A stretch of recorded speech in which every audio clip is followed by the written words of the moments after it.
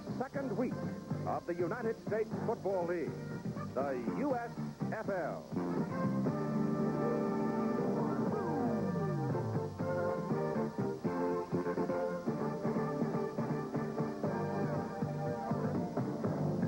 The New Jersey Generals and the Philadelphia Stars.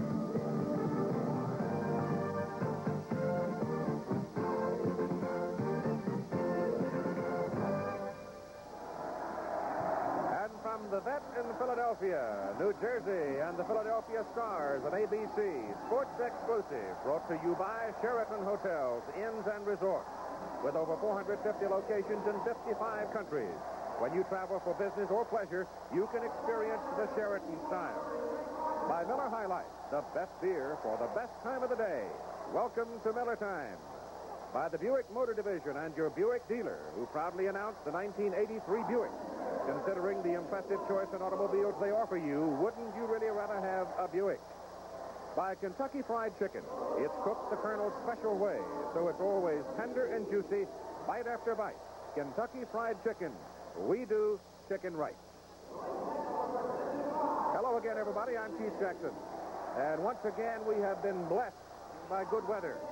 The cold and wet days of the lingering winter in the east moved on out and brought us bright sunshine temperatures in the mid-50s for today's ball game between the Stars of Philadelphia and the Generals of New Jersey. One of the prime worries of the USFL going into this season was parity. Would there be parity amongst the 12 teams, the original teams? Well, it seems some of that worry may not be quite as pronounced as thought, because two of the teams considered to be bullies in the USFL were beaten last night. The tough Chicago Blitz, coached by George Allen, got into quite a scuffle out in Arizona, and the Wranglers came on in the last 6 minutes of the ball game to score 18 points and pull it out 30-29 on a 33-yard field goal with just 1 second remaining to play, a crowd of more than 28,000. The other game played last night, the Tampa Bay Bandits defeated the Michigan Panthers roundly 19-7. John Reeves had his second big game in a row, and the attendance there just under 39,000. So a couple of surprises last night in the USFL. As for some comment on last night, last week, and today's ball game between New Jersey and Philadelphia, let's turn to my colleague, Lynn Swan, the former great All-Pro wide receiver from the Pittsburgh Steelers. Swanee? Thank you, Keith. Last night's game and last week's game I thought were very competitive, the outcomes not being decided until the final minutes and seconds of those games. But last week, conservative play marked that game. And the New Jersey team will have to be a great deal more aggressive if they hope to have a chance in this ball game, because the strongest part about the Philadelphia team is their offensive line. And when they're working well, Kelvin Bryant will run and catch the ball extremely well. Conversely, the Philadelphia defense will also have to play well. We know that the New Jersey team can run the ball, but they're going to have to pass the ball against a very sound Philadelphia secondary. That means Herschel Walker has to be more involved in that passing game, because it's not enough just to be able to run. Keith? Some of the leading offensive personalities in today's ball game obviously are going to revolve around two of the prize rookies in the USFL, one of them being Kelvin Bryant, signed by Philadelphia. Kelvin out of North Carolina. He carried the ball 18 times for only 51 yards. He's got to produce a little more than that on the ground for them, even though he is a threat with the pass. As for Herschel Walker's debut against Los Angeles last week, he gained 65 yards on 16 carries and scored a touchdown. But what about Herschel Walker going into game number 2? He says this. I think I'm at least more mental prepared today. Like, I think I was more physical last week. I think it's mostly mental and knowing the assignment a lot better than I knew last week.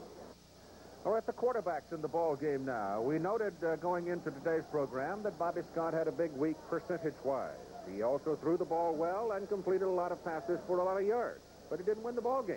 Los Angeles beat him 20-15. Now, when you complete 63% of your passes, completing 24 out of 38, you figure you're going to win. But it didn't work out that way. On the other hand, Chuck Fusina, who completed 55% of his passes, completing 16 of 29, ran one in for the touchdown, and that with 2 field goals made it stand up.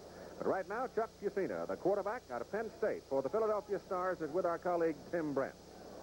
Chuck, New Jersey was rather conservative last week, and they did have some problems defensively in their linebackers. What can we expect to see offensively out of you guys today to attack that?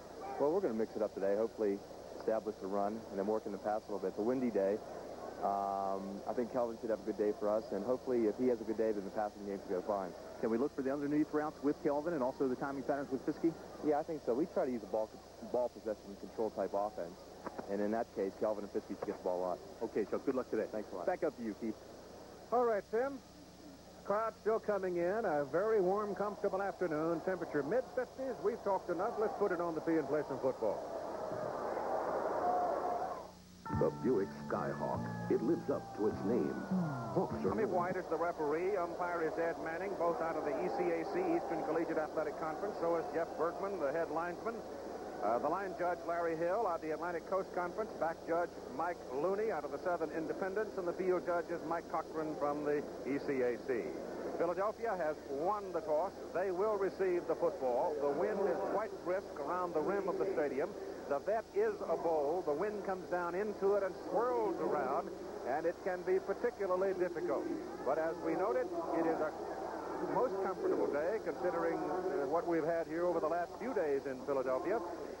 Kicking off will be Dave Jacobs. He is the young man who had 2 field goals for New Jersey last week. He will tee it up from right to left, and he will kick it to number 22, Alan Harbin. Alan Harbin is a 200-pounder out of Cincinnati. He is a rookie. Dave Jacobs showed pretty good kickoff, hang time and distance last week once he got past the opening game jitters. I think a lot of people had some opening game jitters last week, but many of you know the attendance was better than 40,000 for the opening round of USFL games. Attendance was pretty good last night, and the contest is on as Jacobs nails it deep into the end zone, and it will not be returned by Alan Harbin. It will be first down for Philadelphia at their own 20. They play on the artificial surface here at the Vet in Philly.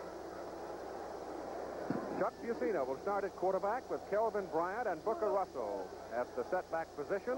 Wide receivers are Willie Collier, Scott Fitzke, and Steve Folsom is the tight end. But I think you also have to include the running back Bryant in amongst the receivers. The big guys up front reflected there, and Bart and Brad Oates are brothers. Now we get some movement as Philadelphia shifts in the first half of the ball game from the 20. And the handoff goes to the big guy. They go to the fullback this time. Booker Russell, 235 pounds, out of Southwest Texas, brought down by Ray Kostick out of Mississippi State. The gain is up across the 25 to the 26. Defensively for New Jersey, it's James Lockett, Ben Watts, Richard Murray, the down lineman. In the 3-4 defense, the linebackers are Schultz, Mathis, Kostick, and Weddington. The secondary for the Generals, Daniels, Knoll, Moody, and Williams. Second down and 4 for Philadelphia. And they come up this time loaded on both sides. They are double wide. The tight end flexes off into the slot and goes in motion. And Bucino back on second down and 4 to throw. Goes short over the middle. The pass is caught by Steve Folsom. Folsom breaks his leg across the 40. Goes to the 44. First down, Philadelphia. The play was very, very well executed here, Keith. Sending the receivers downfield, spreading out that defense. And his tight end just comes across just into that open zone. There you see he's getting a little pick from the fullback downfield. First down for the Stars. Steve Folsom out of Utah. Big guy, 6'4", 230. Last week, he caught a pass for 10 yards. Back a little. Kelvin Bryant now, the I back out of the I formation. And they got tripped on the top of the picture. Back goes Bucino to throw it again. Goes short over the middle to Kelvin Bryant. Bryant, one of the more elusive people in the game of football, takes it down inside the New Jersey 45, close to the 43. Bryant caught 6 passes last week for 34 yards, and the second tackle of the ball game by Keith Moody. Keith, those are the plays that are so difficult to stop. You send that back out of the backfield, you get him into the secondary, not deep, and all he does is just sit down. Now, when you get a runner who is an elusive type runner, he gets downfield. He doesn't have that many people to go through. And you see here the excellent move he puts on the linebacker and gains another 6 yards on the play. So the Stars opening with successive first downs, moving the ball through the air primarily. They call it inside the 44. Pitch to Kelvin Bryant. Gets around the corner to the 40. Out of bounds at about the 37 by Mike Williams. Mike Williams played very well for New Jersey last week at the right cornerback position. He's out of Texas A&M. Lanky Kelvin Bryant, who at one time in his junior year exploded for 15 touchdowns in 3 bowl games. Penn Staters are very obvious on the Philadelphia Ball Club. Chuck Fusina, of course, was the quarterback of, I thought, a great Penn State team that went to the Sugar Bowl and lost to Alabama. That 78 team, one with Truman and Suey and Farrell and all those people. The handoff again to Bryant. Explodes up the middle and goes inside the 30 to the 29. Well, I said the best part of the Philadelphia team might be that offensive line, and so far they're doing a phenomenal job opening up a big hole there up the middle, a quick-hitting play for Kelvin. Brad Oates at one tackle, 275. The other tackle is Irv Eatman, the rookie out of UCLA, 280. The guard's Chuck Comiskey, 280 from Ole Miss, and Rich Garza out of Temple, 260. And the center is the rookie from BYU, Bart Oates, at 267. They are very big and quick. Left tackle and center, the Oates brothers are brothers, and they have a lot of great expectations of these people. Jim Mora, who came in late to the Philadelphia organization. They had one coach, George Perlis, who moved on to Michigan State, and he came to the team, and he's very happy he's here. The ball is just inside the New Jersey 30-yard line, where it is first down. Philadelphia, no score. We've got a timeout.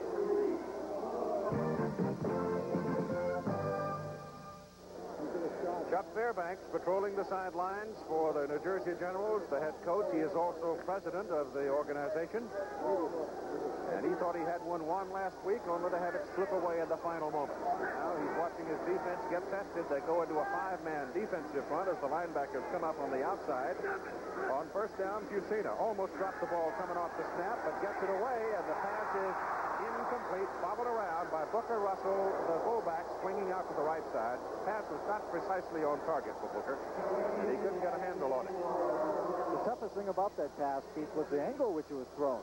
Fusina really didn't get a lot of pressure, but just the angle he had to throw the ball to Russell made it a very, very difficult catch, as Russell couldn't get his body turned to grab it. It is second down and 10. The ball is just inside the 30. The Philadelphia Stars in the red and gold. Now they move Bryant up into a slot position, which automatically makes him an obvious passing target. Instead, he reverses it the other way, has the football. He's hemmed in and caught from behind and brought down on a fine play by Richard Murray, who had 5 years in the NFL. Murray at 260, 29 years of age, out of Oklahoma. And a big play for Richard. The loss is back outside the 35. In fact, back outside the 37. So they're going to be looking at third down at about 18. Can't dance around for too long in that backfield. There's always a big man trying to chase you down. The wide receivers now are 2 of Joe Paterno's former players. Scott Fitzke, number 81. Tom Donovan, number 87. Willie Collier is the other wide man. So 3 wides are in there. And back goes Fusina, getting good protection. Gets his pass off. The pass is complete to the tight end, Steve Folsom. He is inside the 25, but he is short of the first down. It'll bring up fourth down, and here comes the kicking team. The field goal was very much a weapon last week in the opening round of games. It was obviously very much a weapon last night in Arizona's victory over Chicago at 30-29, and Dave Trout is on now. Dave Trout, who stands only 5'6", but has tremendous velocity with that foot, scoring from 41 yards. It is into that swirling wind, and nothing to it. It just knocked it right down. The wind turned out to be the 12th player on that defensive team. The ball just hung up in the air. And so, the Philadelphia Stars are turned away. No score in the first quarter. Philadelphia offense move along. Irv Eatman, who signed on as a rookie. Right now, let's concern ourselves with New Jersey. They have the football. And the quarterback is Bobby Scott, Herschel Walker, Dwight Sullivan in the backfield. Wide men are Larry Brodsky, Tom McConaughey, Victor Hicks, the tight end. Victor Hicks had a big week last week. Millard, McMillan, Hall, Harris, Murtha up front. And Bobby Scott with a slight draw and pull starts at quarterback from the 24. It goes to Herschel, and Walker running to his left. Gets it from the 24 out to about the 28, maybe the 29. Mike Lush, a 192-pounder from East Stroudsburg State, brought him down, the free safety. The defensive unit for Philadelphia, Fielder, Ofer, and Case, the 3 down men.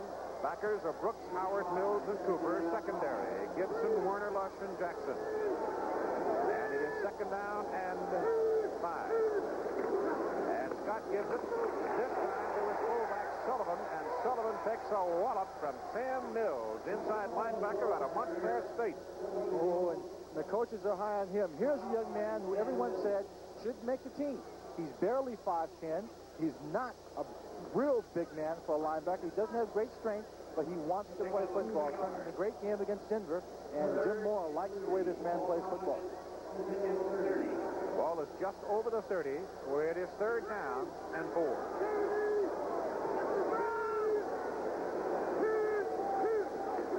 Got straight back. Over the middle, and it is caught. A great catch up near midfield by Mike Freedy. Mike Freedy, number 88, made a great grab. He was pretty well covered. He was very well covered, and he had to completely extend himself to make this catch. Here we see Bobby Scott just going back, reading that secondary, and watch the way he goes after this football. All in his hands, great concentration as he hangs on to it. Mike, good size, 6'3", 205, out of Indiana. And the handoff goes to Herschel. Fumble! Ball is in the stack. Philadelphia's claiming it. They've got it. George Cooper looked like the man that came out of there with it. As Walker took it inside, I don't know that Herschel ever really had it tucked away, and suddenly it popped up. Certainly it was a tough hit. Herschel gets the ball deep in this backfield. Dave Oprah, number 94 there, and it's stuck. Yep. The entire middle of that line is crashing in all around him, and it just looks like he didn't have a good handle on the ball. Glenn Howard laid a hit on him. Glenn really stuck his helmet on the ball, and it came out of there. And here's Philadelphia now with an opportunity. 1st down at their own 46. Same alignment. Scott Fitzke comes to the bottom of the picture. And the tight end jumped ahead of the snap. The tight end, Steve Folsom, firing off the line of scrimmage, 1 count ahead of the snap. So that'll cost them 5 yards.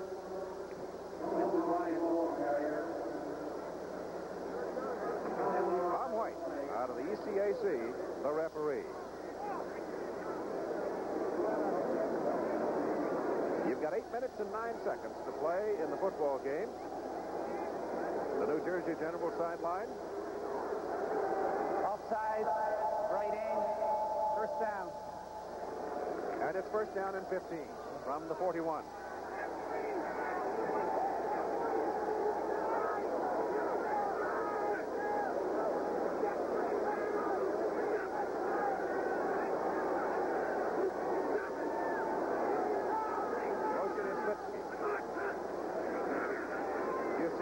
Look, throws to the short man, Brian, and Brian didn't look the ball into his hands and just slid right on through it. Brian thinking more probably about turning and running downfield than about making that catch.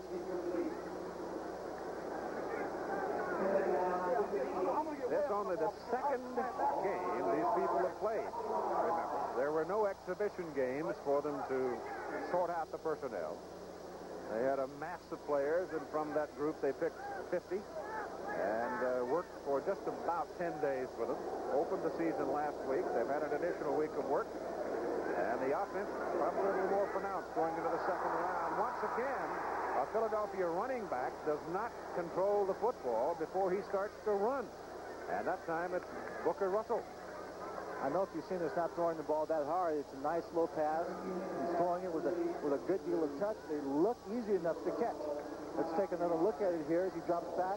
Again, the defense of New Jersey is dropping back awfully deep. They did it all last week. Here he just can't hang on to it. And that linebacker was a good 7 yards away from him when he had a chance to catch the ball. A lot of daylight. And when you got a fellow like Bryant, if you can get him in that open zone area and get him one-on-one, he's going to hurt you. 3rd down and 15.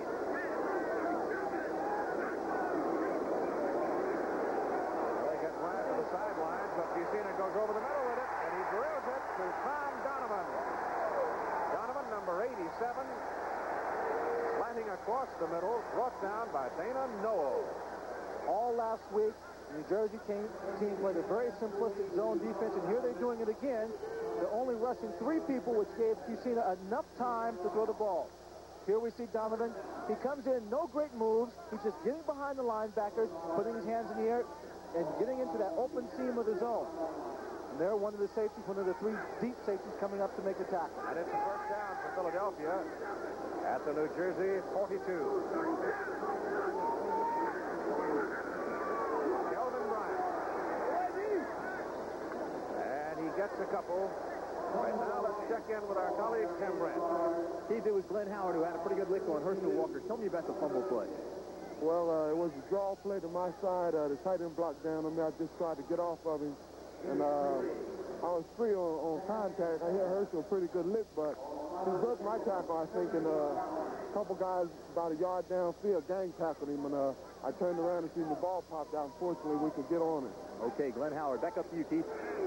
Back to Timmy, second down and 8.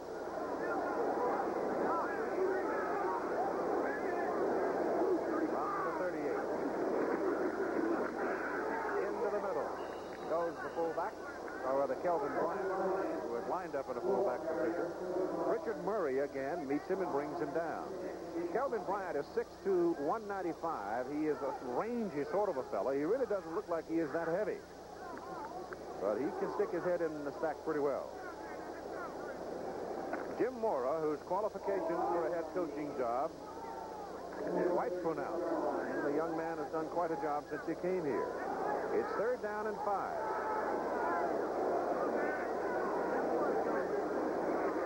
Cucina back, looks over the middle, and misses his man. He had his tight end Folsom down the middle. He had Folsom open early because he had turned in front of Dana Noel, but just didn't get the ball to him in time. And that time he was looking at a blitz by the New Jersey team, and he tried to get rid of the ball as quickly as he could, but just a little mix-up. The punter for Philadelphia is a young man named Sean Landetta out of Towson State in Maryland in the Baltimore area, drafted in the 14th round. He averaged 44.7 in college. Last week he averaged 44.8 on 6 kicks. He shoots it for the sideline. He gets it up into the wind, and the wind blew it out on him. Let's see where they mark him. They're going to mark him up at the 18. So he didn't get out of it what he wanted, only 13 yards.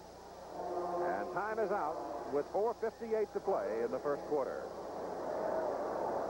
Sports at 4:45 Eastern Time, WBA World Bantamweight Championship. Jeff Chandler defending against Gabi Canizales out of Atlantic City.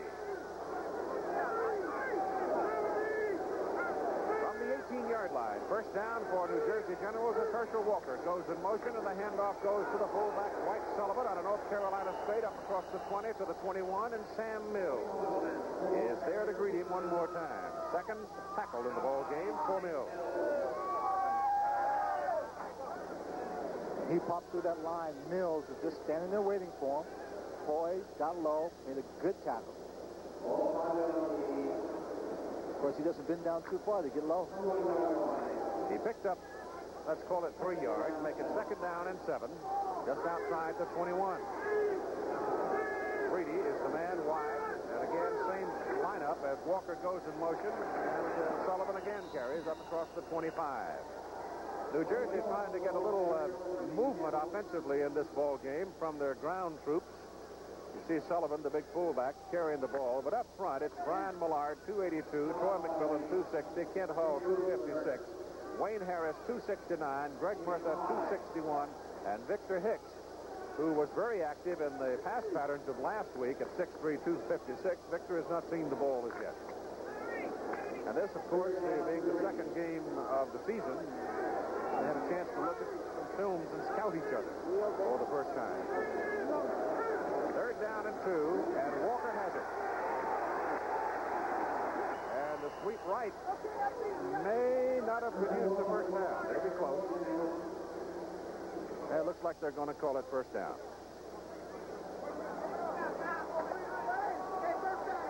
So the New Jersey Generals pick up a first down as the football is marked up near the 30-yard line as Herschel Walker on what Lynn Swan's alma mater used to call the student body right. Herschel, of course, the Heisman Trophy winner, 3 brilliant years at the University of Georgia under Vince Dooley. The young man that set off the storm as he walked away from his senior year of eligibility to turn pro. Back goes Bobby Scott, whips it upfield. Pass is on the money to McConaughey up at the 45. So Bobby Scott out of the University of Tennessee, who spent 11 years as a reserve quarterback with the New Orleans Saints, throws one on the money to McConaughey, who comes out of Central Arkansas. Tom McConaughey is very much a technician when it comes to running his pass patterns. Not great speed, not a great deal of quickness, but very precise with his routes as he just caught a short hook in front of the zone. He caught 4 for 61 yards last week. Here's Herschel Walker going to the right side, trying to pop it out of there. He gets 2 yards.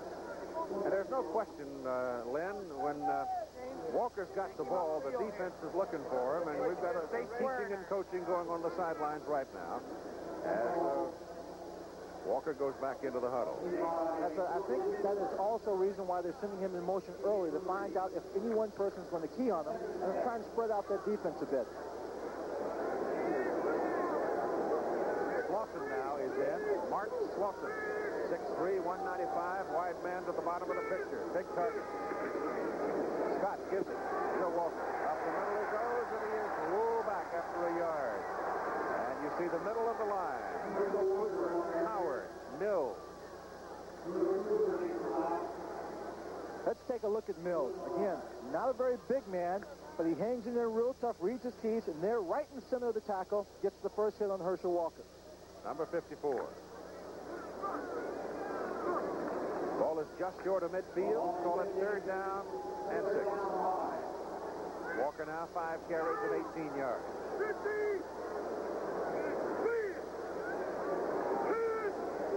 Larry Coffey is in there. Walker is out. Back goes Scott to throw. Loops it downfield. Intercepted. Somebody broke a pattern. It looked to me like Scott was throwing the ball to a point. The receiver turned and went the other way, and Antonio Gibson had it all to himself. Antonio Gibson did a great job with this gift, really, from Bobby Scott, because Bobby is throwing to where he thinks the receiver is just going to stop and turn right around to him. The receiver sprints to the outside, and there's Antonio Gibson. That is the 4th interception of Bobby Scott in the USFL.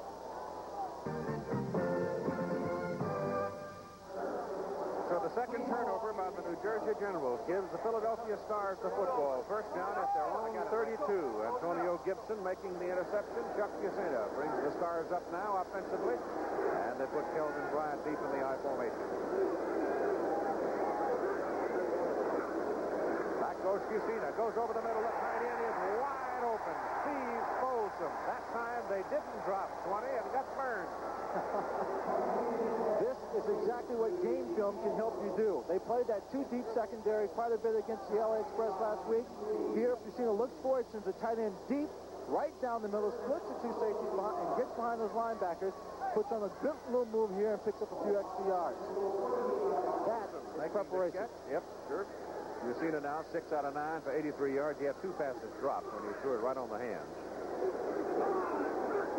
From the Generals 49, give the ball to Kelvin Bryant, and the offensive line surge takes him across the 45 to the 44. Here's Tim.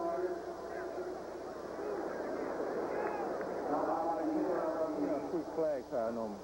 Momentarily he had me beat, but I had a good reaction on the ball, broke back up on him, made a pretty good interception. Okay, thank you, Antonio. Back up to you, Keith. Talking to Antonio Gibson.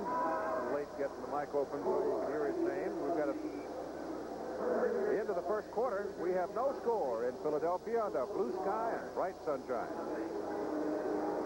Philadelphia's ball, 2nd down, 6, just inside the 45 of New Jersey. No score. We're at the Vet in Philadelphia. USFL action here on ABC. New Jersey's turned the ball over twice. Thwarted their offensive movement so far in the ball game. Chuck Yusena, the quarterback, calls Scott Fitzke in motion, drops back to throw. Beats on. He had a lane, he pulled it down, and he took a lick. Coming up, they hit him, and hit him with some authority was Tom Woodland, number 71, and Mike Weddington, number 52. It was Woodland who was very much involved last week in that 4th and 1 play in Los Angeles. You see the stats here from the first quarter, and obviously the Philadelphia team in the lead, but what it doesn't show is that the field position. The Philadelphia has had field position throughout the game, and that on Dave Trout's field goal attempt, there was a 12th man on the field, a wind, which literally held that field goal attempt in midair and stopped it from going through. Both teams right now just playing up and down the middle of the field. Chuck Yusina trying for the first down, trying the hook slide, didn't get it as Woodland knocked him back, and he comes up just about a foot short for his first down at the 39 of New Jersey. So it'll be 3rd down and very short. Yusina signed the NFL, a couple of NFL teams that'll look at him, including Tampa Bay. Came out of Penn State. I think he fumbled the ball, didn't he? Looked like he lost the snap there, but he fell on it. And got enough for the first down, looks like. Here we see he takes a snap here, and there it is. Just pops right through his hand. But that line is coming in to wedge on that particular play, a wedge-type blocking. So the ball was protected by them shielding, and he was able to fall on top of it. They'll have to measure it. He only needed about a foot, and he's probably pretty close to it. We're just starting the second quarter of play, and we've had mistakes in the ball game, a fumble and a turnover by New Jersey. And he's still short. Not just that much. Chuck Fairbanks now looking to the big people in the middle. Tom Woodland, 260. He alternates at nose guard with Ben Watt. Richard Murray, 260. Lockett, 259. Of course, in this particular instance, the linebackers are going to have to step in there and do some stunting because you figures they're going to send somebody. Maybe even the quarterback will just take it and bang it up the middle. They've got Jeff Rodenberger in there now. He's a big guy, 6'3", 235 pounds, out of Maryland. Kelvin Bryant is the deep man out of the eye. And Bryant has the ball, and he has the first down. So they go to a power eye with Rodenberger, 235 in. Give the ball to Bryant, and behind Rodenberger and Russell, they just bang it in for the first down. The offensive line just controls that line of scrimmage, and you see right there, just driving the defensive line back off the ball. Nothing fancy, straight ahead football. Number 50 is coming off the field for New Jersey. That's Reggie Mathis, the Oklahoma linebacker. He kind of hobbles to the sideline, shaken up for a moment. Maurice Clemens. Back.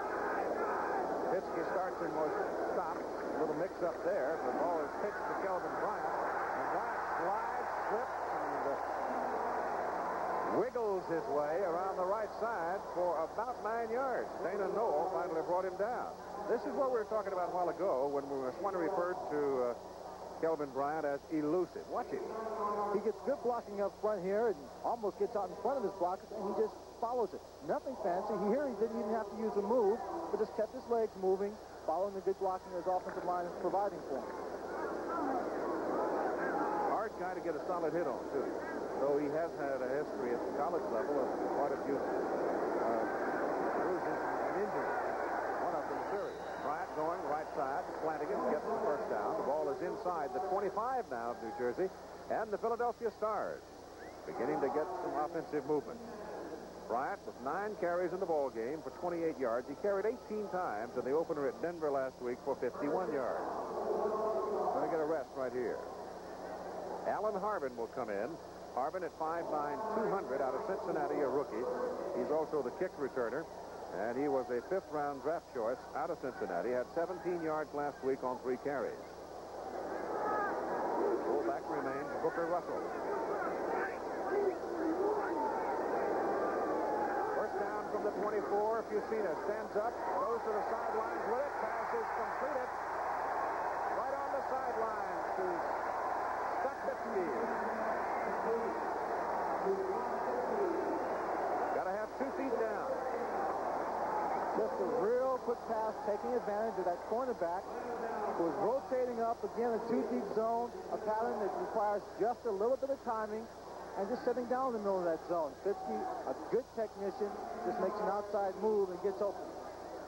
And it's first down, goal to go. Philadelphia, the football is just inside the New Jersey 9-yard line.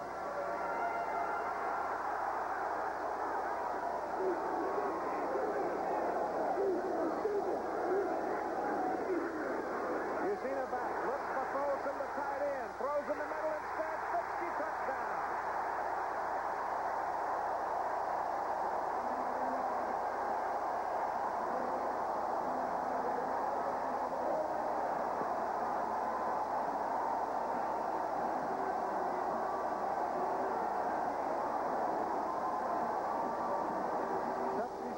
Tom Fitzke, two Penn Staters that just click very well as you see Facina under a great deal of pressure. And Fitzke comes up with a great pass. Fitzke spent a couple of years down in San Diego, and he has grown accustomed to seeing all kinds of defensive coverages, so no problem for him getting open. Dave Trout hits the upright and kicks it out of there. So Dave Trout out of Pittsburgh hooks it, hits the left upright, and the ball ricochets away, and he misses. At 11 minutes and 50 seconds to play in the first half, the Philadelphia Stars take a 6-0 lead over the New Jersey Generals, but they miss the extra point. Former teammate at Penn State, Chuck Yusina, for the touchdown that puts them on the board. Here we watch Chuck Yusina again, just scrambling, and Fitzke throws up his hand as he breaks across that man-to-man coverage deep in the end zone. He kind of had his choice. I think he had Folsom open going to the corner as well, but he chose Fitzke. You know, I guess it's when two guys have known each other that long and played as many ball games, you go to the guy you know, huh? You understand him. You know some of the little moves he's about to make, and you can read him better. All right, Trot will kick it off.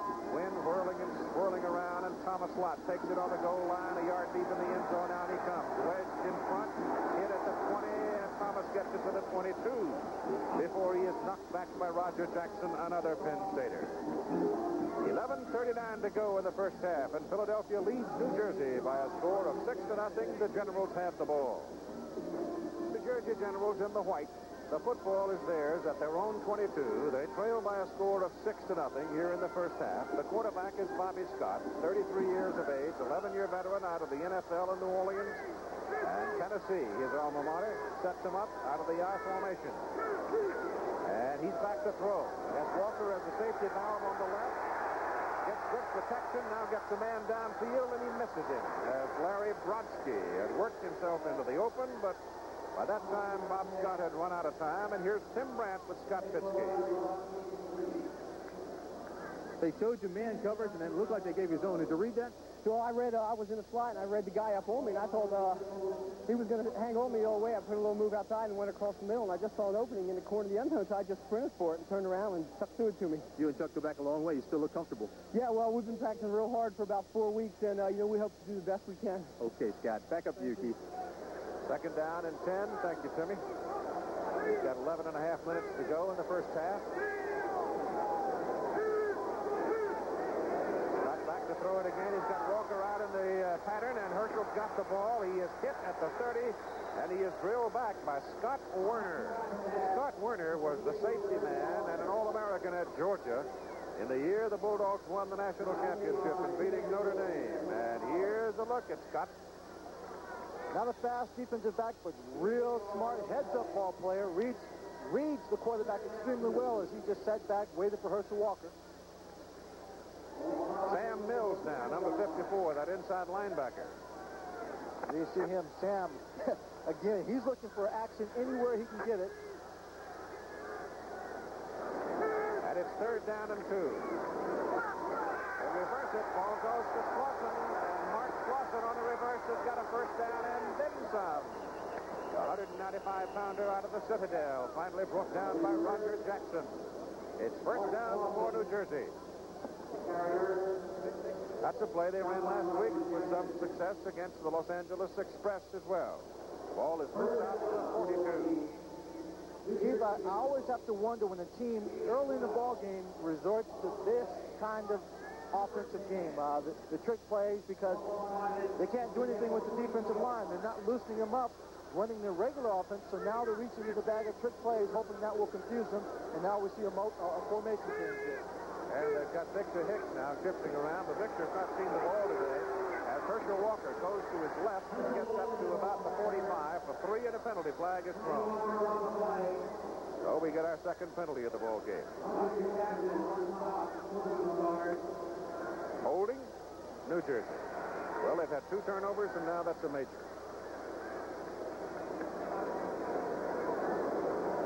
Back them up 10. Time remaining first half, 9 minutes and 54 seconds. Bob Scott last week, 63% at 24 completions out of 38 passes. Tom White, holding, referee.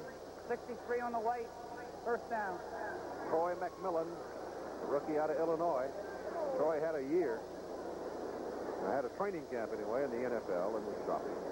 So he qualifies as a rookie in the USFL. 6-0 lead, Philadelphia. All back on the 33. It's first down and 20. Up the middle goes Dwight Sullivan. Hard running back. Oh, he's a big, tough kid out of North Carolina State. Up to the 40-yard line. He picked up on that carry about 7 yards. I thought that Maurice Carson also looked like a strong runner. What little we saw him last week. I think eventually Maurice Carson could be moved into that backfield as a starter. The coaches are very high on him. They believe with a little more time and experience, getting a little bit tougher, that he will move into the starting role of fullback. He's just 21, a rookie out of Arkansas State. Right now, you've got Herschel Walker lined up as the I-back. Fake to him. Scott pass. Intercepted. Picked off by George Cooper, a linebacker. And here's Philadelphia. Good field position again as Bobby Scott is intercepted now for the 5th time in the season. 2nd time today and the 3rd New Jersey turnover. On this play, Victor Hicks, number 81, is the intended receiver, and he has his back just to the ball. He didn't turn around to make a play for the ball. There we see Cooper picking off. Last week, Cooper had a very, very good football game, always around the action, making a big number of tackles. And it's first down Philadelphia at the New Jersey 32. Now let's see if that big Philadelphia offensive front then blow the New Jersey defense off the ball again. Quick handoff to Booker Russell. And Russell, a quick hitter over the right side, gets good yardage on first down. He moves it down to about the 25, so give him 7. We talk about that offensive line. Herb Eaton, number 75, a rookie on this team, was a defensive tackle for most of his college career, defensive end, for most of his college career, and only switched to the offensive line in his senior year. And he has got lots of power. I think between he and Chuck Comiskey, that is definitely the strongest side of that offensive line. Dana Noel taken out, comes off the field for the New Jersey Generals. And we get Anthony Allen going in to replace Dana. Allen's a 175-pounder replacing 200 pounds at strong safety. 175-pounder is going to have a little trouble playing that support role from the strong safety position. Philadelphia, double wide, bottom of the picture, drops Bryant back into the deep position out of the eye. Bryant's got the ball. And again, the Philadelphia offensive line on 2nd down and 2. It's a swinging door. You should have seen the way they collapsed the right side, the left side of that defensive line. Eaton, Comiskey, in the center just really did a job of opening up that hole. Now, Herb Eatman weighs 280. Chuck Comiskey weighs 280. There they are, 69 and 75.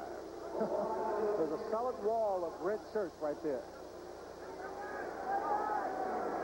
And it's first down Philadelphia. The ball is inside the 15 of New Jersey. Bryant again, and he is at the 10. Get him 4.5. We don't count halves, so call it 4.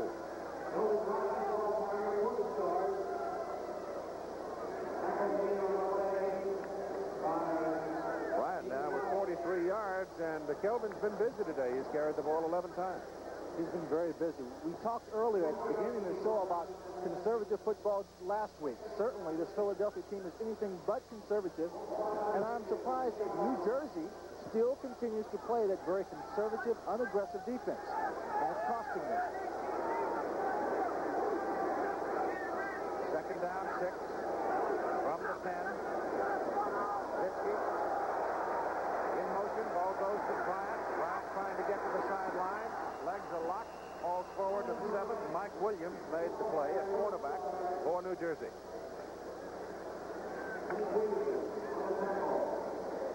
Mike Williams is going to be one sore man if this Philadelphia team continues to run out there. They're not getting a lot of support from their linebackers. The linebackers aren't getting out there, stopping the line from blocking and pulling, getting out in front of Kelvin Bryant. Ball is at the 7. Bryant is out. Collier, Fitzke, Donovan are wide people. Lone remaining back is Booker Russell.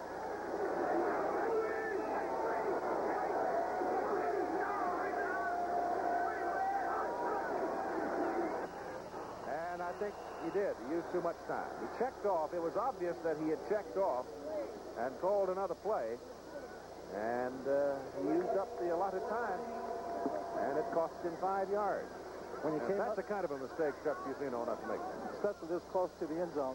When he came up to the line of scrimmage, I'm positive he expected to see some kind of man-to-man coverage. And what he got as far as a pre-read was strictly zone. So he wanted to get out of his man play and go to his zone play to take advantage of it, but it did cost him too much time. Ball comes back near the 12.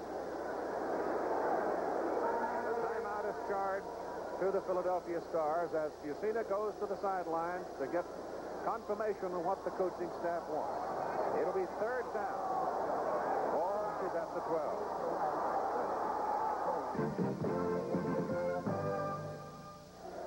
6 minutes and 47 seconds to play in the second quarter. Philadelphia leading New Jersey 6-0. The Stars were really close to knocking on the door, but they got a little mixed up in their offensive situation. And they used up the 30-second clock. And the stadium clock now is a little bit askew, so they're going to run it down and get it corrected.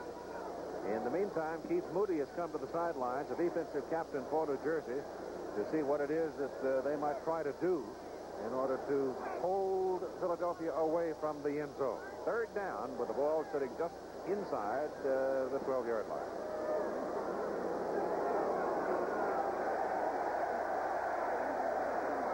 ABC's Wide World of Sports today features the WBA Bantamweight Championship bout. The champion Jeff Chandler defending against Gavi Canizales. It will be taking place over in Atlantic City, which is about an hour and 15 minutes drive from where we are. Here we go.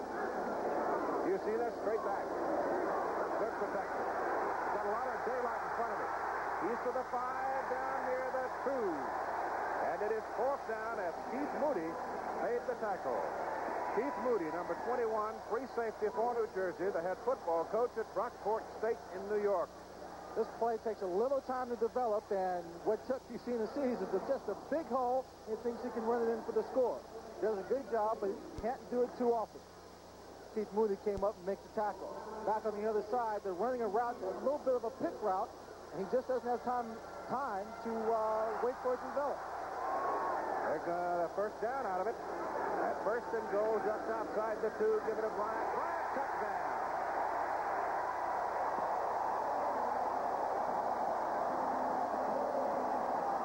So they moved it from the 14 to the 7, got backed up to the 12, and then Fusina ran it down inside the 3, close to the 2, and Kelvin Bryant slammed it in over the right side. He ran it in behind Eastman and Comiskey.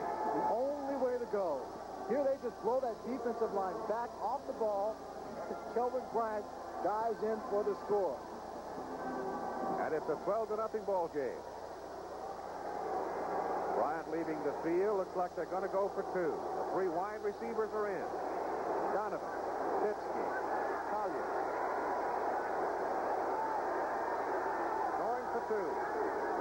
That's one of the rule differences in the USFL versus the NFL. Here's Fusina, roll to the right, goes to the corner, and it's knocked away. Incomplete. And one of the linebackers, Mike Weddington, number 52, it drops off. And and slapped the ball away from Tom Donovan. I'll tell you, Mike Whittington made a great play here. He just sticks to the man-to-man. He has great position. It's a tough catch when you got to reach over the defense over the receiver to knock it down, but he does a great job there. And with 5 minutes and 20 seconds to play in the first half, Philadelphia 12, New Jersey nothing.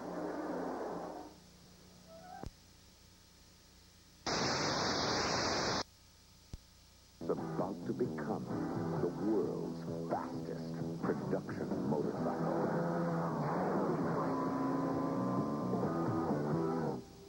When America wanted a high-mileage radial that could track through rain and Scoring drive. They have pretty much dominated the football game. That with 3 New Jersey turnovers. And Philadelphia particularly impressive in the trenches. And that's where you build football teams. Right? You can have all the hot dog running backs in the world, and in deference to you, Mr. Swan, the great wide receivers too. But if you don't have the big guys up there in the trenches, you just can't build a foundation for a football game. I have always been appreciative and thankful for the good offensive line that I had when I was playing professional football. And I'm sure Kelvin Bryant feels the same way. Right now, he has to be saying to himself, well, New Jersey, you might have a Heisman Trophy winner. But Herschel, I have an offensive line. Yes, sir. 5 minutes and 20 seconds to go in the first half. Thomas Watt is the deep man. Former running quarterback for Barry Switzer at Oklahoma. Dave Trout hangs it way up there. And the wind shoves that ball deep, 4 yards deep in the end zone. Watt comes weaving his way out. And Thomas gets it out to the 20. Here's Tim Brent. And he's with Kelvin Bryant. Thanks, Keith.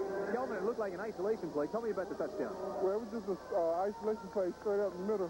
And, we just wanted to get some movement, and, maybe I could find a little crack in there. And, it was wide open for me, so it was pretty easy. But, I got hit before I got in the end zone. So all going your way right now. Any particular problems? Well, not really. The offensive line, they're doing a great job up front. So I think as long as they do a good job, I think I'll get some yardage. Thanks, Kelvin. Back up to you, Keith. On first down, Bobby Scott turns and gives the ball to Herschel Walker. And Walker, getting some daylight, comes across the 30 to the 35 at a first down for New Jersey. Chuck Fairbanks, who is the head coach of the New Jersey Generals, has not consented to allow interviews with his playing personnel on the sidelines. And, of course, this is a decision that is wholly and totally up to the coach. And I don't mean that in any way to be critical of his decision. That is his prerogative. He said, no, that's the way it is. Jim Mora, on the other hand, felt he would not be an encumbrance. Just over the 35 to the 36. And the pitch to Walker again, trying to run it to his left. Not going to work. I have the feeling, and we're going to document as we go along through the year, but I have the feeling that Herschel Walker is a right-handed runner. Many of his big runs have all been to the right, but here we see Dwight Sullivan, number 46, trying to get a block here, but just doesn't quite make it. You can't leave your feet and dive as an active or mobile linebacker. He just plays you off with his hands, keeps his balance, and then he's ready to make that tackle. And that's just what happened on that play. Herschel has run to the left twice, gained 5 and 1. He's run to the right 3 times. He went 3, 3, and 16.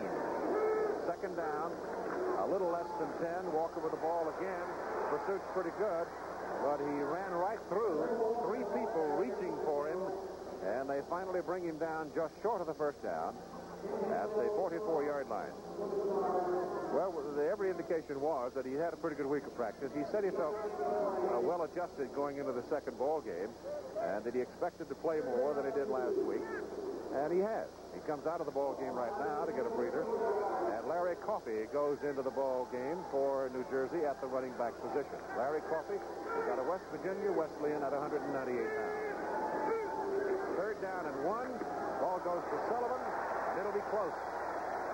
It will be close as Mike Lush, the free safety, number 27, comes up and hits the fullback Sullivan right on the number. Philadelphia had just about everybody up looking for a short run on the inside. Bobby Scott here makes a handoff.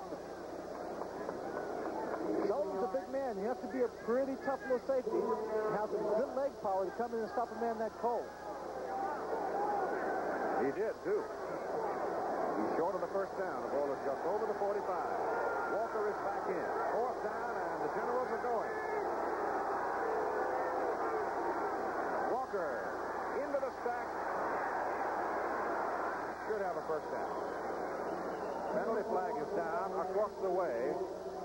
from one of it'll be the line judge, I think, might have thrown that flag. And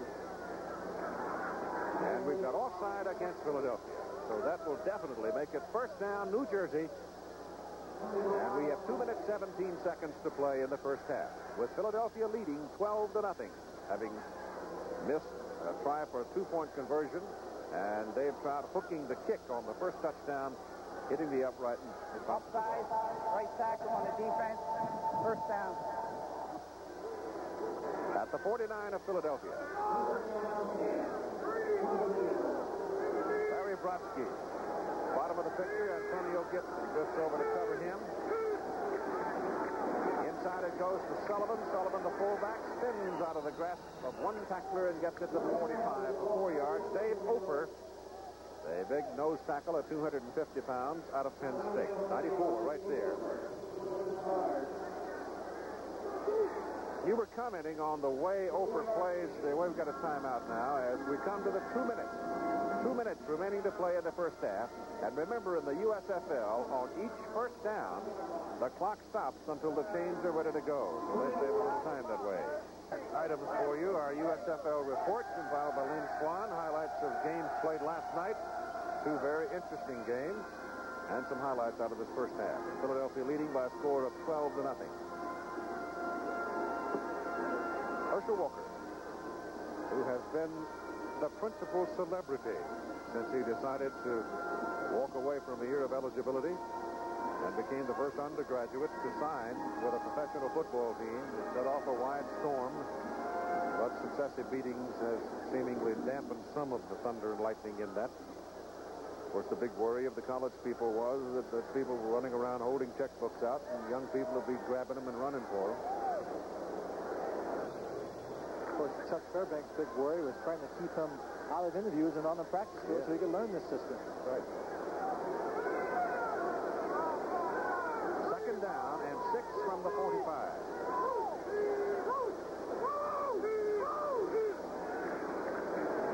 Bobby Scott back to throw. Goes to the sidelines, and the pass is intercepted by Mike Lush.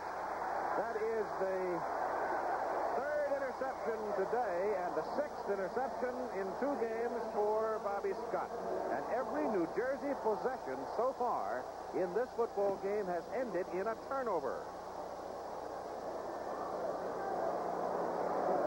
Here we see Tom McConaughey, and we felt at the beginning of the show, here's a guy you've got to get the ball to, but Lush, you see, he's not looking at McConaughey, he's looking at Bobby Scott. He read the quarterback all the way, and his eyes followed him right to the receiver. And we have 1:54 to play in the first half. Philadelphia's football, first down at their own 34, leading 12-0. 4 New Jersey turnovers. My goodness. Stars trying to jump quick here, I think, because they go double wide to the bottom of the picture. Yusina gives it to Kelvin Bryant, though. They go to the ground, and he breaks it big for a first down and then some. Out of bounds, stopping the clock on the New Jersey side of the field at the Generals 47. Rod Schultz finally shoved him out of bounds. Again, he's running behind the right side of the team, as we see here. Kaminsky gets a great block sealing it off there. Kelvin Bryant just steps to the outside, uses the speed, and stops the clock. 19 yards on the play. He's that other running back. He's the other running back. He stretches his back a little bit there. Kelvin now 14 carries, 67 yards. Alan Harmon in, right out for a breather after that fine run. Yusina back to the sideline. Pass is complete, and again out of bounds, and another Philadelphia first down at the New Jersey 31. Tom Donovan made the catch. Tom Donovan makes this catch, and the secondary is so far back, I don't understand why they're giving him so much room. As you can see, the safety there, Dana Noel, number 37, is still a good 5 yards away from him when he made the catch. I don't believe that Rod Schultz, as good a football player as he is, at linebacker, is going to cover Tom Johnson. Can't do it. Not one-on-one. Not one-on-one. Just inside the 32. First down, Philadelphia. 1:40 to play in the first half. Stars leading 12-0, trying to get another one. Loop to the sidelines. It is intercepted, and going to be brought back by Perry Daniels, a rookie out of Tennessee. secondary. The cornerback, Terry Daniels, picks one off. You see, Terry Daniels is sitting here playing him a man-to-man, and he's got help deep inside. But there he just gets inside position. The ball is thrown short, and he makes the catch. You see him again looking for that too deep zone, and it's just a combination of zone and man-to-man, where the safety was coming back, covering the deep zone, and the corner played the man-to-man coverage. All right, now why has he went away from Steve Folsom, the tight end, and made a couple of big catches over the middle? Victor Hicks was the primary receiver last week for New Jersey. He hasn't seen the ball yet today. That's over the middle and caught by Larry Coffey. And Coffey doesn't get a whole lot out of it. It started at the 30-yard line, and Coffey is hit up around the 35. It'll be second down and 5. Of course, in a situation like this, the secondary and the linebackers are looking for the pass, so they're getting a deep drop, so it's a smart play to throw it underneath. But with time running out, you can't keep going in the middle of the field. 102. Scott swings it out. Sullivan, the fullback, takes one tackler, but they turn him back onto the field of play, and that keeps your clock running. Unless they call a timeout, and I guess they have, because the clock has stopped. Excellent defense by Philadelphia once again, covering all the receivers downfield, not letting anyone open for Bobby Scott to throw to, so he has to throw it off to the sideline. General's calling the time, have 2 remaining. Third down, 4. The ball is just over the 35 with only 51 seconds to play. The coach, Chuck Fairbanks, on the right. Quarterback Bobby Scott on the left. New Jersey signed a former quarterback at the military academy, Army, Lehman Hall. Big guy, 6'6", and about 215 or 18 pounds. Well, even a striking performer while at Army, I thought. I saw him, I guess, 3 times in the Army-Navy games. But he has obviously been away from the game some because of his requisites of service. But he's back now, and conceivably it could become a factor. Right, much like as we discussed Roger Staubach, who had to go into the Naval Academy, and that's where that 10-man developmental squad of the USFL comes in handy, so a young man like that has the time to grow and develop.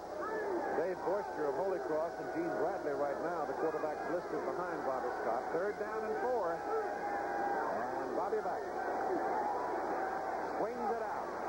It's Sullivan, the fullback. Moves his way. Brute strength. Just pure muscle. Up across the 40, gets the first down. Well, very close to it. Looks to me like he's got it. Cooper, Lush, Mills, a lot of red shirts ganged up on him, but Dwight had enough power to get his first down. There's your time. He had to get the first down, but he also has to keep the clock as a priority. Now remember, in the last 2 minutes of each half, the clock stops until the chains are in place. And once the chains are down, they're moving again, and the clock is running. And back goes Scott. Here he goes. Almost. Did he catch that ball? No. Coffey almost pulled it down. It was a great effort. Almost speared it. Mark McCants out of Temple defending. It was a great effort by Coffey. As you see, he's lined up there. And he gets out. He's open here for a second. The ball is just too high and a little late. Almost has it, but just can't get a handle on it. And it's stripped from him by number 20, Mark McCants. 12-0. Philadelphia leading. First half. 27 seconds to play.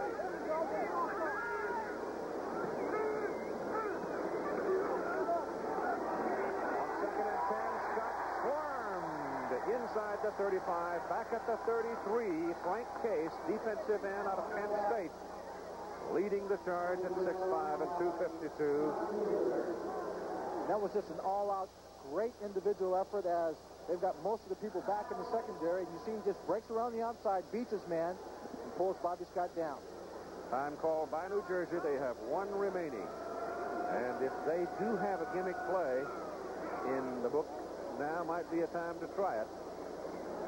Philadelphia having dominated the first half. Now is a time when they certainly need it, but with everybody in that secondary so far back, deep, looking for the big pass play, I don't know if it can work now. I think one of the things we want to watch here in this second half, too, is why Victor Hicks has been so quiet today. And I got a sneaking hunch Scott Warner may be part of the reason, because Warner Turner, being the strong safety, would seemingly be the man to cover that tight end when he goes out, and Victor Hicks has not seen the football. And certainly last week he did a very good job against Denver. Now having a little game film, one game behind their belt, they can understand a bit what they were trying to do. And Bobby Scott, I'm sure right now, is just a little bit frustrated, learning what it's like to have not a great deal of success when you're the starting quarterback. From the 34, third down, 16.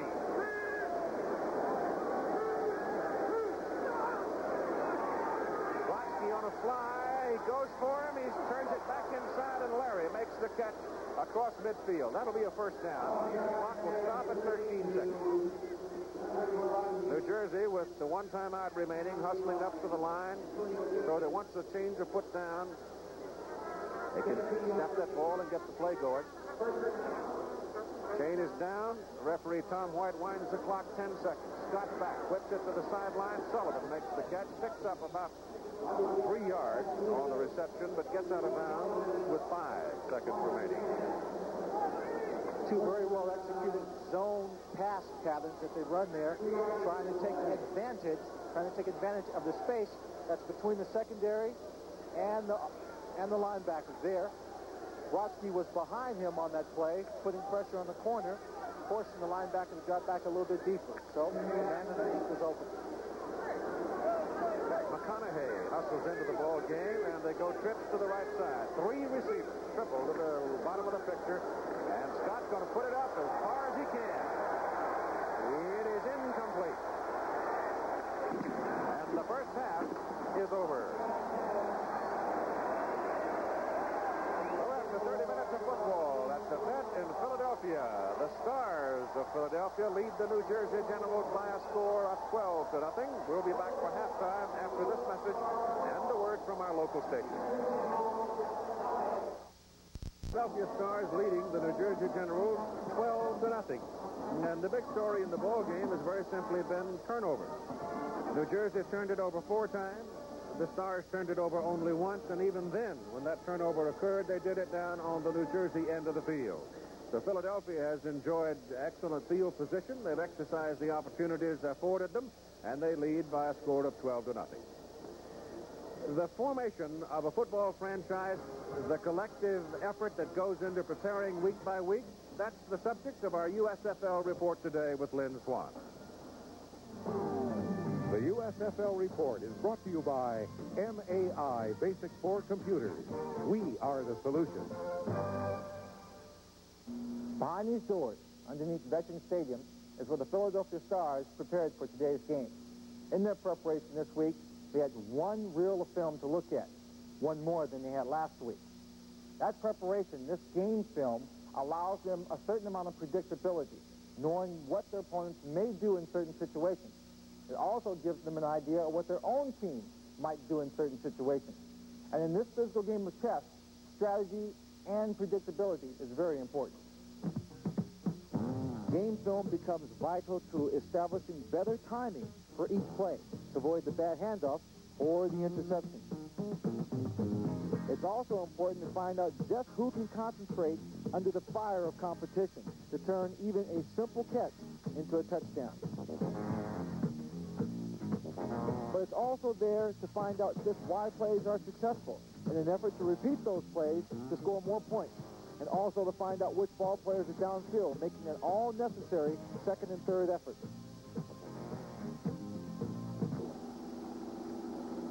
It all begins here, in the small, dimly lit meeting rooms where the film is digested and analyzed. It's gone over play after play, requiring a great deal of concentration by the quarterback who has to carry that game plan. Thus, it must sit firmly in his mind. And for Chuck Fusina, it will erase many of the questions he had on the opening day game.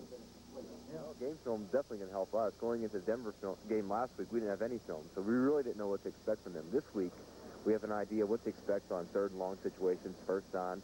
So it really helps us set up our game plan.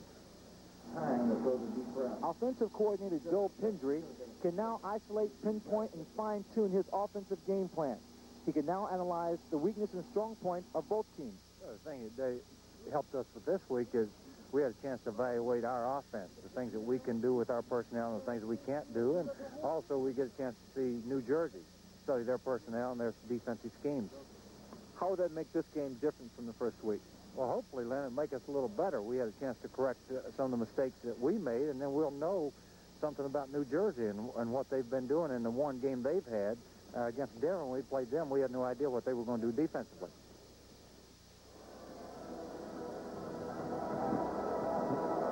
Well, it's obvious that it's the Philadelphia Stars that have taken advantage of that game film, and their attack has been very, very good. Offensively, they've gone after that very simple zone defense they have been playing, and defensively, well, Sam Mills continues to make a good number of tackles, always knowing where the play is, and the secondary is doing a great job with the turnovers, and Mike Lush, Antonio Gibson, and Steve Warner doing a great job.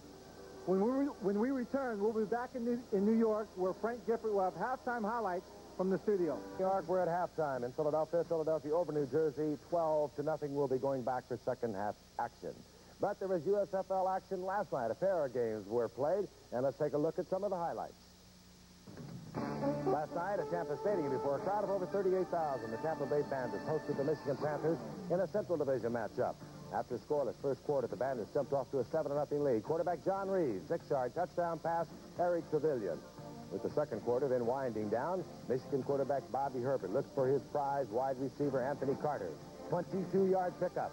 And 3 plays later, it's Herbert once again rolling out. 3-yard scoring strike to his tight end Mike Cobb, tying the score at 7 as the half ended. Tampa Bay leading 10-7 in the third quarter. Greg Boone scores from 7 yards out. The extra point failed as Tampa Bay went on to record a 19-7 decision. Meanwhile, last night in Tempe, Arizona, George Allen led the Chicago Blitz to play before more than 28,000 Wrangler fans. First quarter action, the Wranglers on top 3-0. Quarterback Greg Landry finding Lenny Willis, 15-yard touchdown pass. That gave the Blitz a 7-3 lead. The team traded field goals, and in the third quarter, with Chicago on top 10-6, Landry once again, this time finding rookie Paul Ricker with a 12-yard touchdown pass. And George Allen's team was on top 16-6, looking good. In the fourth quarter, the Blitz on top 23-12. Greg Landry looking once again. His third touchdown pass of the game, the second to Paul Ricker, this from 16 yards, and that made it 29-12. Then with 6:55 to go, rookie quarterback Alan Risher connects with Jackie Flowers on a 10-yard pass to cut that lead 29-18. Now watch the two-point conversion coming up. Risher scrambling all over the place, looking like Fran Tarkenton, finally finding receiver Mark Keel in the end zone, and a 28-yard completion to make it 29-20 in favor of the Blitz. And it was Risher again, with only 2:48 left in the game, this time finding wide receiver Neil Balholm from 9 yards out, and the Wranglers closed to within 2 at 29-27. 4 seconds on the clock. Kicker Jim Asmus, 33 yards out. Arizona over Chicago in an upset 30-29. What a game. And that will have George Allen talking to himself. That's the kind of score he usually wins by. Well, maybe the USFL has already reached parity. Chicago, a suspected powerhouse, but it was Arizona losing 24-0 last week to Oakland. Okay, let's go back now to Philadelphia and Keith Jackson. All right, Frank, thanks very much. Nothing like an upset to whet the appetite, is there? It's Philadelphia leading New Jersey 12-0 here at the Bet, and this ABC Sports exclusive being brought to you by the Buick Motor Division and your Buick dealer, who proudly announced the 1983 Buick. Considering the impressive choice in automobiles they offer you, wouldn't you really rather have a Buick? By Lowenbrow, when you want the taste of a truly great beer, there's really only one. Tonight, let it be Lowenbrow. By Canon, makers of quality cameras and photographic equipment. Canon, so advanced, it's simple. And by Chevrolet. Chevrolet is USA 1, and USA 1 is taking charge.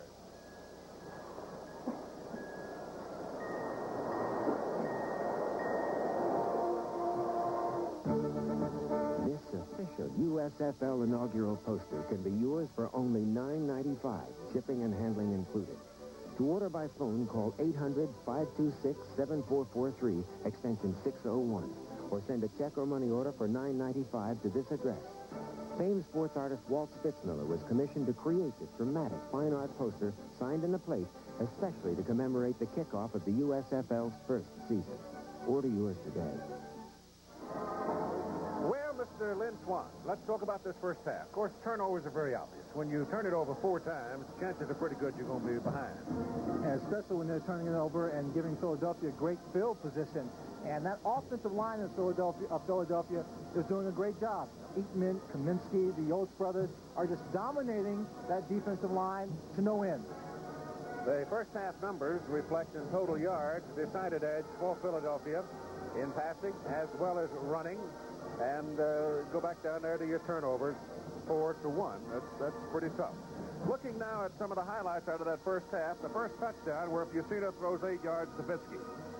Well, that's just that old combination from Penn State, working out some kinks and having a great deal of success here. Simple little pattern across the field, and you can tell Scott Fiskey's a little happy about it.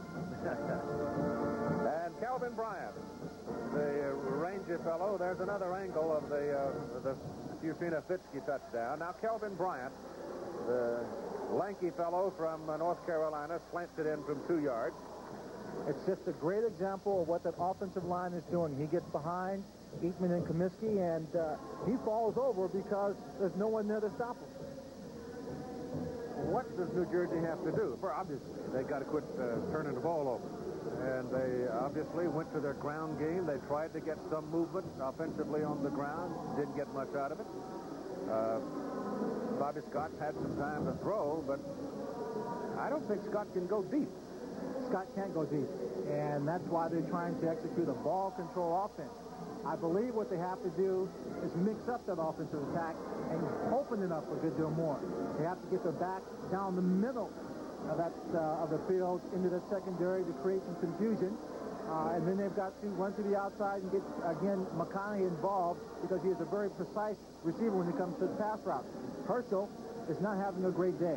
And I think Herschel, we all know Herschel can run, provided he gets some blocking. Nobody can run without blocking. Right. But we haven't seen him get down into that secondary to affect them on the passing game. And we all feel that we've discussed it, that in this new league, passing is going to dominate. Certainly, it's opening things up for the Philadelphia team. New Jersey certainly hasn't established very much of a passing game and has not used Herschel Walker much. Okay. All right, we're at halftime. It's 12-0. Philadelphia leading New Jersey, and we'll be ready for the start of the third quarter after this commercial message and the word from our local station. Halftime in Philadelphia. Philadelphia over New Jersey, 12-0. We'll be going back for second half action. But there was USFL action last night. A pair of games were played, and let's take a look at some of the highlights. Last night at Tampa Stadium, before a crowd of over 38,000, the Tampa Bay Bandits hosted the Michigan Panthers in a Central Division matchup. After a scoreless first quarter, the Bandits jumped off to a 7-0 lead. Quarterback John Reeves, 6-yard touchdown pass, Eric Trevelyan. With the second quarter then winding down, Michigan quarterback Bobby Herbert looks for his prize wide receiver Anthony Carter. 22-yard pickup. And 3 plays later, it's Herbert once again rolling out. 3-yard scoring strike to his tight end Mike Cobb, tying the score at 7 as the half ended. Tampa Bay leading 10-7 in the third quarter. Greg Boone scores from 7 yards out. The extra point failed as Tampa Bay went on to record a 19-7 decision. Meanwhile, last night in Tempe, Arizona, George Allen led the Chicago Blitz to play before more than 28,000 Wrangler fans. First quarter action, the Wranglers on top 3-0. Quarterback Greg Landry finding Lenny Willis, 15-yard touchdown pass. That gave the Blitz a 7-3 lead. The team traded field goals, and in the third quarter, with Chicago on top 10-6, Landry once again, this time finding rookie Paul Ricker with a 12-yard touchdown pass. And George Allen's team was on top 16-6, looking good. In the fourth quarter, the Blitz on top 23-12. Greg Landry looking once again. His third touchdown pass of the game, the second to Paul Ricker, this one 16 yards, and that made it 29-12. Then with 6:55 to go, rookie quarterback Alan Risher connects with Jackie Flowers on a 10-yard pass to cut that lead 29-18. Now watch the two-point conversion coming up. Risher scrambling all over the place, looking like Fran Tarkenton, finally finding receiver Mark Keel in the end zone, and a 28-yard completion to make it 29-20 in favor of the Blitz. And it was Risher again, with only 2:48 left in the game, this time finding wide receiver Neil Balholm from 9 yards out, and the Wranglers closed to within 2 at 29-27. 4 seconds on the clock. Kicker Jim Asmus, 33 yards out. Arizona over Chicago in an upset 30-29. What a game. And that will have George Allen talking to himself. That's the kind of score he usually wins by. Well, maybe the USFL has already reached parity. Chicago, a suspected powerhouse, but it was Arizona losing 24-0 last week to Oakland. Okay, let's go back now to Philadelphia and Keith Jackson. All right, Frank, thanks very much. Nothing like an upset to whet the appetite, is there? It's Philadelphia leading New Jersey 12-0 here at the Vet, and this ABC Sports exclusive being brought to you by the Buick Motor Division and your Buick dealer, who proudly announced the 1983 Buick. Considering the impressive choice in automobiles they offer you, wouldn't you really rather have a Buick? By Lowenbrow, when you want the taste of a truly great beer, there's really only one. Tonight, let it be Lowenbrow. By Canon, makers of quality cameras and photographic equipment. Canon, so advanced, it's simple. And by Chevrolet. Chevrolet is USA 1, and USA 1 is taking charge.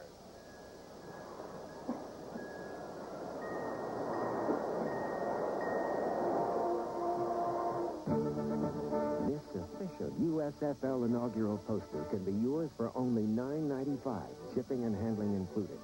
To order by phone, call 800-526-7443, extension 601, or send a check or money order for $9.95 to this address. Famed sports artist Walt Spitzmiller was commissioned to create this dramatic fine art poster signed in the plate, especially to commemorate the kickoff of the USFL's first season. Order yours today. Well, Mr. Lynn Swan, let's talk about this first half. Of course, turnovers are very obvious. When you turn it over 4 times, chances are pretty good you're going to be behind. And especially when they're turning it over and giving Philadelphia great field position. And that offensive line of Philadelphia is doing a great job. Eatman, Kaminsky, the Yost brothers are just dominating that defensive line to no end. The first half numbers reflect in total yards decided edge for Philadelphia in passing as well as running.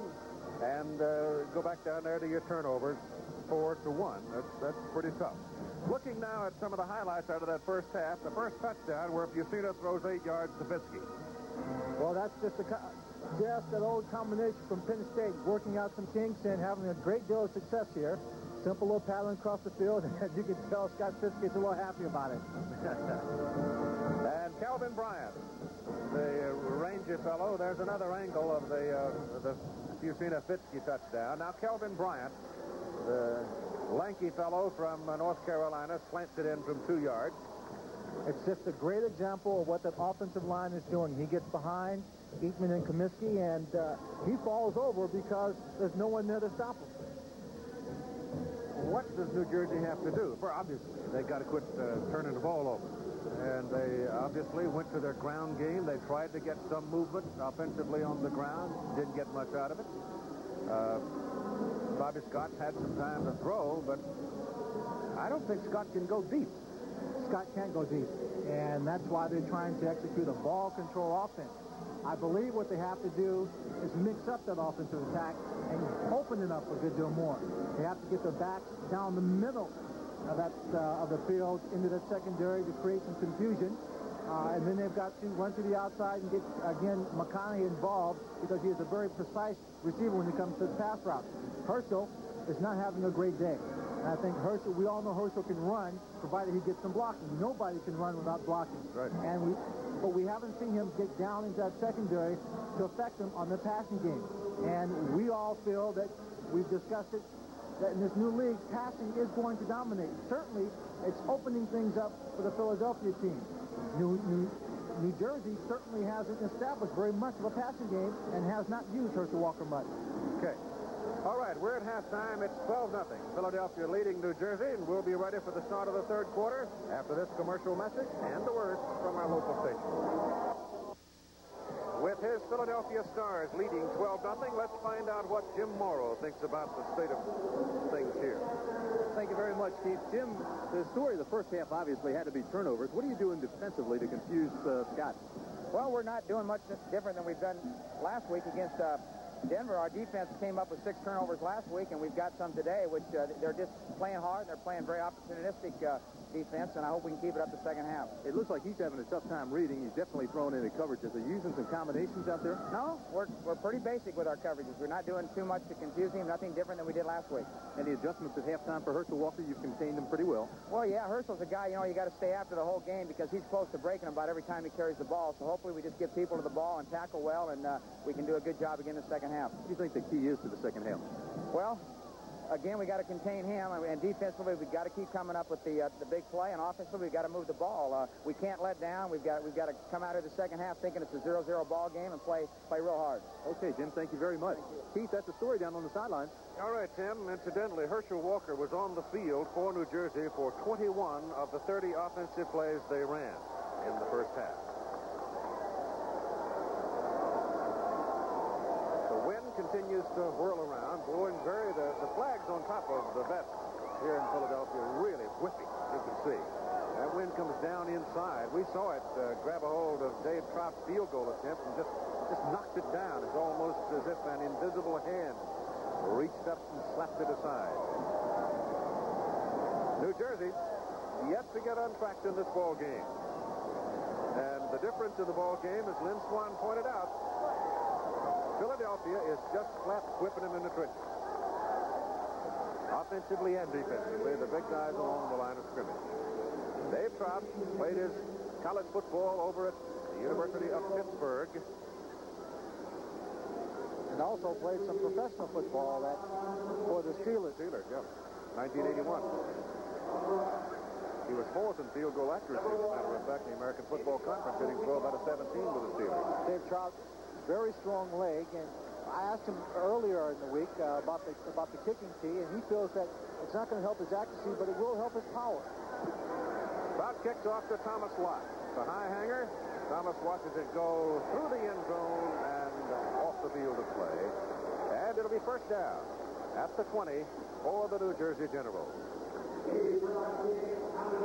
And resuming the lineup as they shuffle the people on and off the field, you'll have Scott, Walker, Sullivan, Brodsky, McConaughey, and Hicks. Millard, McMillan, Hull, Harris, and Murtha. And from the 20, we're ready to go. Brodsky will come wide to the bottom of your picture. McConaughey will be at the top.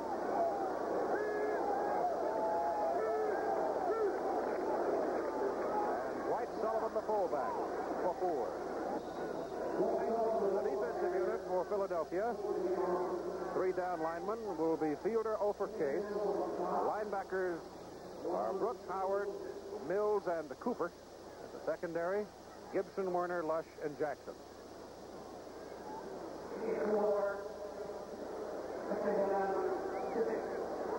Same alignment.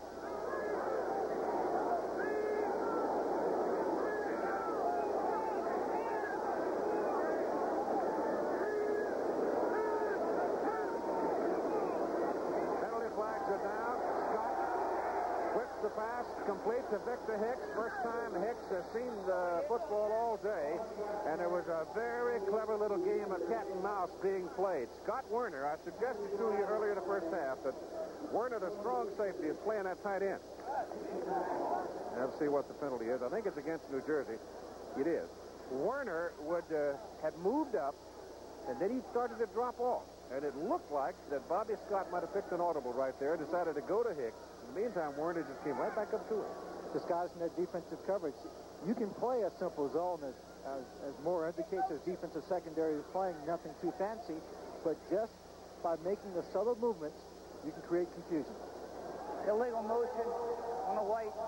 Second down. Break the concentration. Get a little bit of a movement on the offensive front. And as a result, you get a 5-yard penalty.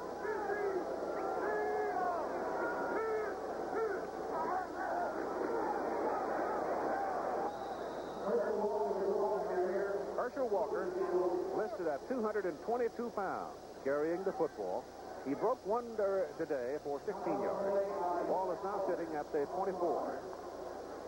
And it's going to be 3rd down and 6. Just starting the third quarter of play. The Stars having pretty well controlled New Jersey. New Jersey helped them with the 4 turnovers. No question about that. 3 interceptions and a fumble.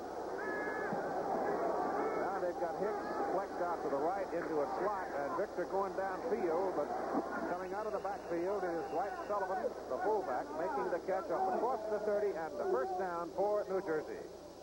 That motion, Keith, was designed just to take the corner out of the play if it's a man-to-man coverage, and then you put the fullback right in the area with the linebacker covering him. And if you guess right, if you get the man-to-man that you're looking for, it's an easy catch and the first down. It's kind of funny to see big old Victor Hicks take off on a fly downfield, though, and he's just firing his shoes the way he went. Gibson comes over now to cover Brodsky on the bottom of the picture. And Bobby Scott back. He has to swing it out to Walker.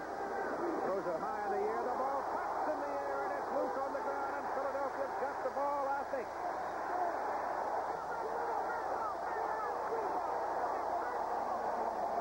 They do. Second fumble for Walker. Scott Werner comes out of it. So 2 Georgia boys involved there. Ball knocked loose from Herschel. And they're starting off. They're starting off just where they picked up. First, let's take a look at Don Fielder, who comes in and really starts this play going off bad, as he calls it, Bobby Scott, to fake that pass, to draw the ball back because he's right in his face. And here Herschel just gets popped. Ball is loose. Scott Warner, again, aggressive play on his part, in on the tackle, in on the fumble recovery. And Philadelphia knocking on the door again. Now for New Jersey. Second by Herschel Walker on this fumble. And as Glenn pointed out, defensive pressure there, forcing Scott to throw the ball high. And now Walker has to jump up in the air. And then here it comes. It's bang, bang, and the ball is loose. And the Stars have it, and they have it first down at the New Jersey 31. And Chuck Fusina pitches it out to Kelvin Bryant. Bryant behind the right side of the line gets a couple of yards. That time the penetration by the New Jersey linebackers a little bit better.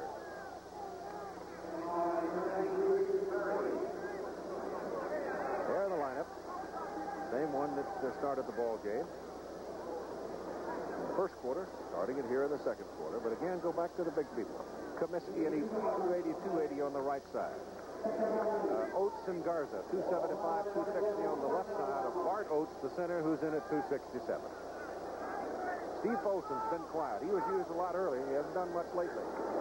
Might be saving him. He's going toward the end zone, curls it back in the middle. Fusina throws it and hits him.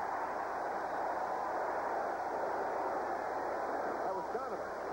That was Tom Donovan, not Folsom. Donovan coming out of that the tight end side. Downfield, 15, and came back to get it. Donovan just does a good job here. Nothing fancy again. Getting in between the seams of that zone defense. Fusina had more than enough time to throw that pass. Irv Eaton was demoralizing his man on the line. And the ball is at the 19. First down for Philadelphia. High formation, Bryant Peak. Kelvin has it, and he is hit at the 19. Ball's ahead for a yard. James Lockett, a 259-pound defensive end from Missouri, slanting across, got him early.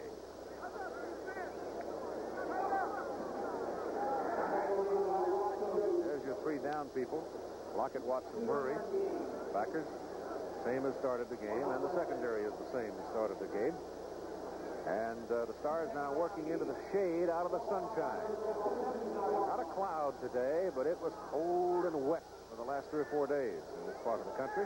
Chuck Fairbanks watching from the sidelines. His general's down, and they're in trouble again against a very good-looking Philadelphia football team. Fusina is back.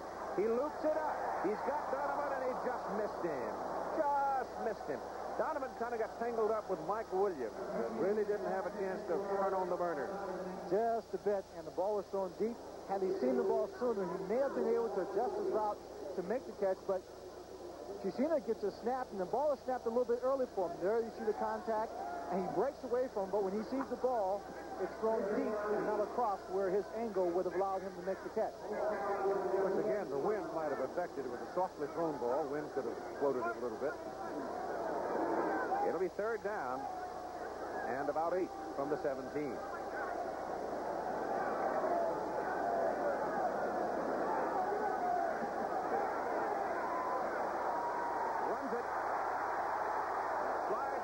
first down, and looks like he might have it. If he had put his head down and gone toward the goal line, there wouldn't be any question about it, but he tried to do the hook slide in front of Anthony Allen, and it's close. Where Anthony Allen hit him, it's a good thing he did do the hook slide. One thing about Chuck Messina, when he decides to run, he doesn't hesitate, doesn't wave the ball around. He just puts his head down and goes. It is fourth down, and Philadelphia's going. Ben Watts comes hustling in. Big guy, 270-pound nose guard to set up a goal line defense for the New Jersey Generals.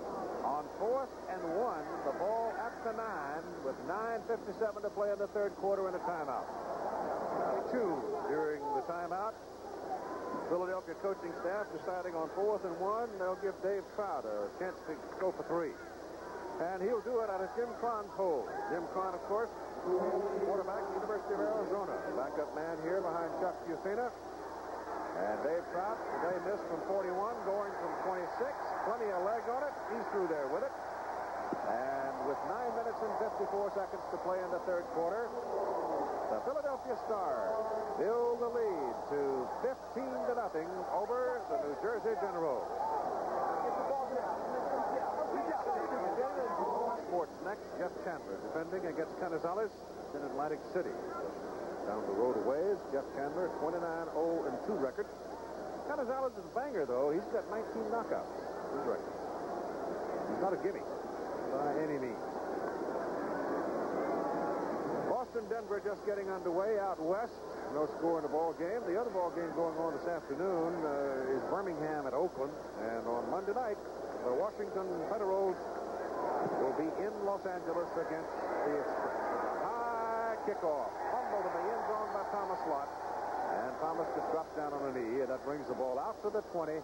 First down for the New Jersey Generals, who are trailing the Philadelphia Stars by a score of 15-0. Good scoring drive on the part of Philadelphia. 6 plays, only 22 yards in 2 minutes and 49 seconds to come away with the field goal. But that field goal forces the New Jersey Generals to score 2 touchdowns and convert for 2 points to take a lead.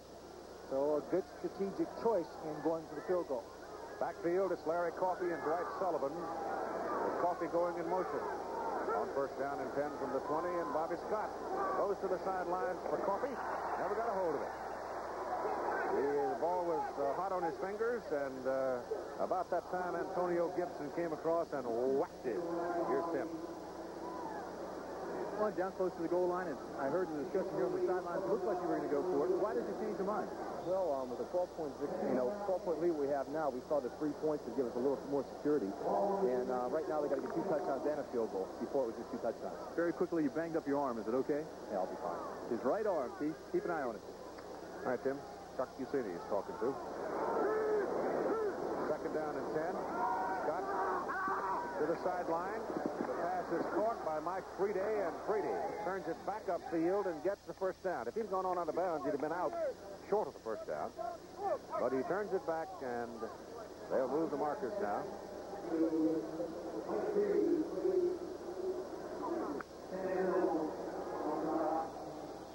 Good movement by Friede after he makes a catch and giving that first down. Just a simple down and out pattern. He catches it. The secondary is back deep. He makes that first down, but he's got to be a little careful about dancing around too much. 13 yards on the play. Scott now 11 out of 18, 92 yards. Going to throw it again. Looks downfield. Let it go. He's got him open. Wind blows it out of bounds. Friede just ran right on by the defender, Scott Warner, because of the simple reason he can run fast. Well, that plus the fact Scott Warner took a look back into the backfield, and he saw Bobby Scott running around there being chased out of the pocket, and he slowed up a bit. One of the things he can't do, because Bobby Scott got enough time and found that man open. Just, he didn't play the wind correctly. Needed a little Kentucky windage on that one because the wind swirling around just literally blew it away from the receiver and blew it out of bounds. So it's second down. Back he goes again. And down he goes. Oh, Dan Fielder gets his name called. 6'3", 240, 23 years of age, out of Kentucky. And that was Byron Millard, the left tackle that he beat on the play. Don Peters. He just stepped outside and just slipped right away from him.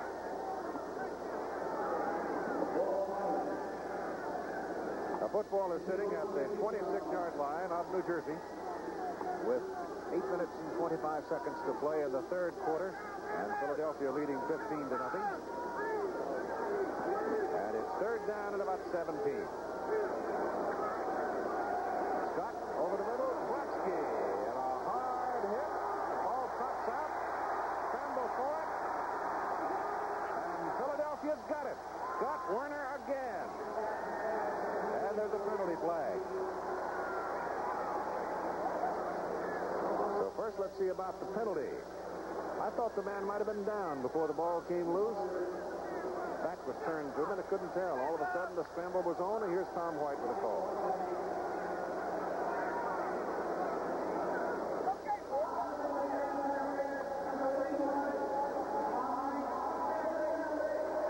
Called against New Jersey. And Philadelphia will refuse it, take the football first down at the New Jersey 38-yard line. As you see, what that was a man-to-man defense, and Antonio Gibson was picked by one of the New Jersey receivers, and wasn't in on the play. Brodsky made the catch, but then coughed it up. 6 of 7 New Jersey possessions have ended in turnovers. 3 interceptions and 3 fumbles, and here's Fusina trying to catch it in.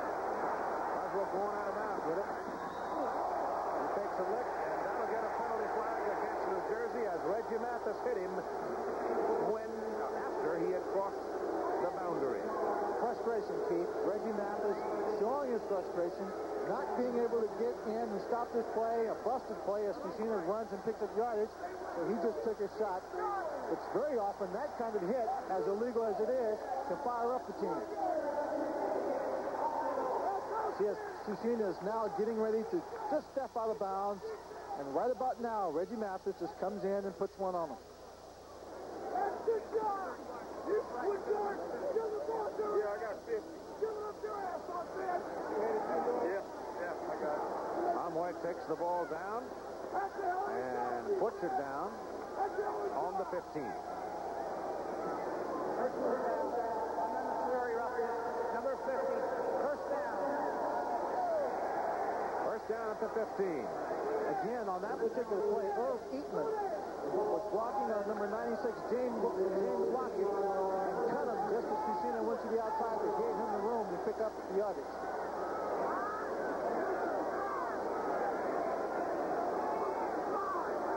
Vitsky in motion. Kelvin Bryant tries to cut it back and gets nailed down by Mike Weddington, number 52. Kelvin never had a chance to crank it up that time because Weddington just jumped right on him in a hurry. Rich Garza, the left guard, was pulling on the play, and Weddington just fouled up all the time, and they were just bumping into each other. Time, third quarter, 7:30 remaining. Philadelphia 15-0 over New Jersey. The Stars have dominated the ball game.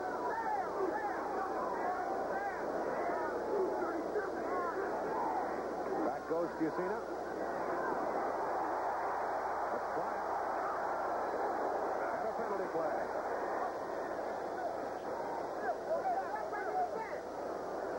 Getting a little rougher and tougher now in the third quarter.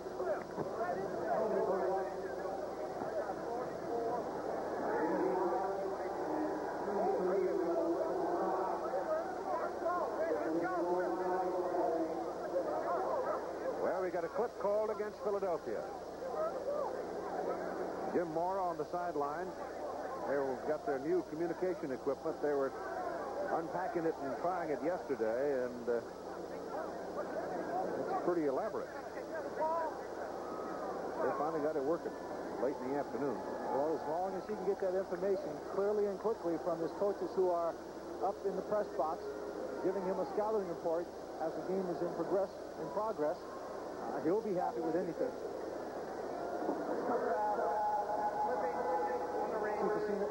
Kelvin Bryant makes a great one-handed catch, and right here, there's the clip there's the clip that causes Kelvin Bryant to have a little running room, but the official was right on top of it. I couldn't tell from there exactly who it was. Might have been Kent Hull, the center. I missed the referee's call. I don't know why, but we can't hear him for some reason all of a sudden. Back goes Fusina on second down and 25.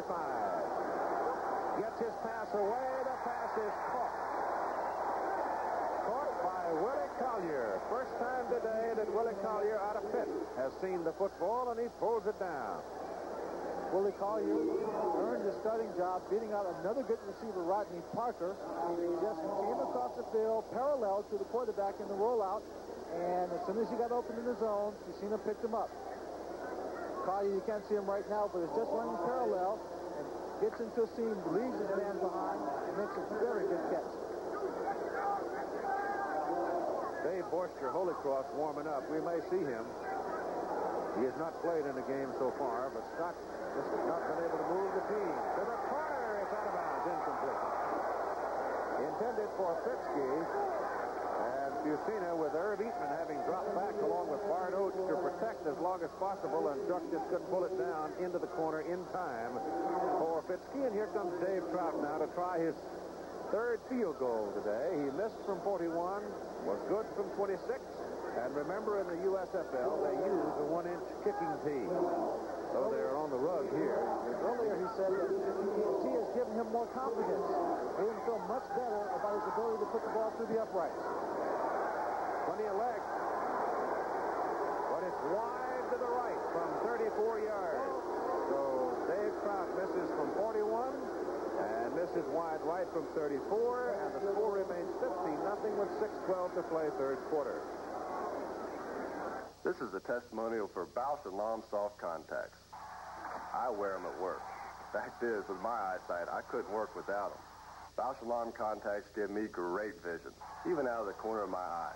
They're so comfortable, I forget I'm wearing them. But I sure count on them to help me make catches like this. And if I'm dumped, I can count on them to stay put. Ask your eye care professional about Bausch & Lomb soft contacts. You'll be glad you did.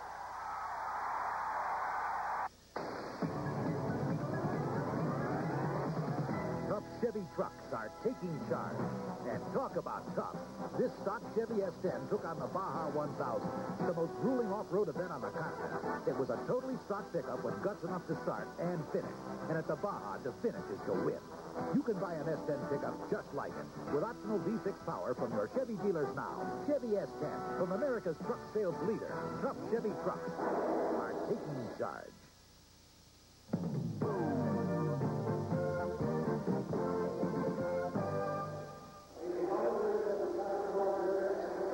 Well, here is a new name for you. Quarterback out of Holy Cross, Dave Boyster. David, starting quarterback for most of his 3 years with the Crusaders.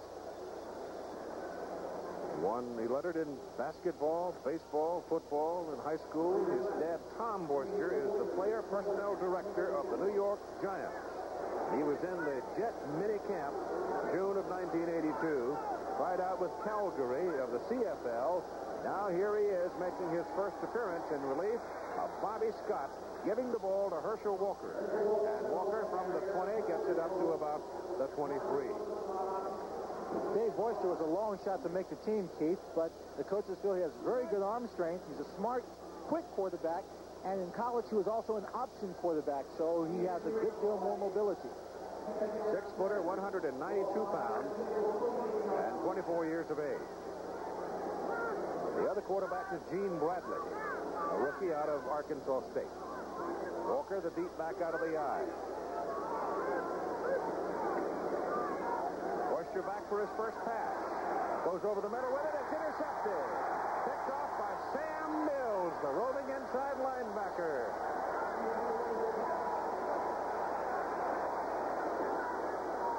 That is the 7th New Jersey turnover. 11th in 2 games, and Chuck Fairbanks just can't believe it. Sam Mills, who had 14 tackles last week against Denver, picks up this interception. He just plays good defense. The pass is just a bad pass. You can see there it's way too low. Had he got it up higher and to the outside, the receiver might have had a chance to make the catch. But there he just was playing catch with little Sam Mills. Philadelphia has the football, first down at the New Jersey 34-yard line. Busina, roll right, and takes it out of bounds. The man pursuing was Ben Watts, the nose guard, number 95. He almost got him. He's pretty quick for a man his size. No score, Boston, Denver. In the second quarter, we have a camera out there. If something happens, we'll try to jump out there and see what's going on. They put nothing on the board as yet. Games last night, Arizona beat Chicago 30-29, and Tampa Bay beat Michigan 19-7. Washington is at Los Angeles in tomorrow night's game. Second down, Busina lost about 2 yards. Second down and 12. Chuck getting good protection this time, goes over the middle with it, and finds his tight end, Steve Folsom, the big guy out of Utah, and pulls it down. Folsom now with 3 catches or 4 catches on the day. Busina just great drop back on this play. Pulled a little zip on this ball, and Folsom just barely hung on to it. Gets it in his hands, stretches out, pulls it in, hits the ground there a little bit. The secondary was complaining, thought maybe it should have been called incomplete. David Riley is now in at fullback for Philadelphia. He's a West Virginian. 215-pounder, blocking now for Kelvin Bryant, who wiggles his way around the corner. And every time he gets out there, takes a hit, a little juke here and a little juke there. With his quickness, you really get the feeling that he's going to blow one open pretty soon. He's about one move away as we go down to the sidelines. Tim Brandt. It's funny, I was wondering why Bobby Scott came out of the ball game, because he had the 3 interceptions, but that's not the only reason they made a switch. He's got a bad septum, or a bad chest muscle, rather. He has strained it. It is not pulled, but he is in some pain, and they are going to keep him out of the rest of the ball game. All right, Tim, thank you. It is a first down for Philadelphia. The ball is at the 18. And Busina, whose arm was damaged a little bit a while ago, looks all right. Throws it short to Kelvin Bryant. Bryant changing his pace a little bit. And they string him out and run him out of bounds with Reggie Mathis getting the contact. He's a little bit short of his first down, it appears. Time remaining third quarter, 3 minutes and 41 seconds. Busina now 13 out of 19 for 164 yards. Neither team throwing the ball, and nobody's really let one go of any consequence. Well, so far, Philadelphia hasn't had to. They picked up real good yards, playing smart football, just taking what the defense of New Jersey gives them and moving it down the field. All those turnovers don't hurt either. Yes, sir. Second down and about a yard at the 14. That's Bryant. Bryant caught over there by 3 white shirts. And in particular, Anthony Allen, number 26, a rookie out of Texas Christian University.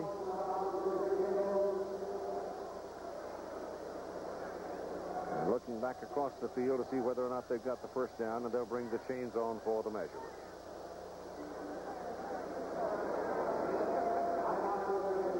Wind continues to be really the only discomforting factor we've had here today, because it's a brilliantly clear day with bright sun. And the chain stretches out. It'll be a first down. It'll be first and goal from the 7-yard line. The Philadelphia Stars against the Generals defense today rumbled for 273 yards already. Last week in their 13-7 win over Denver, they totaled only 232 yards.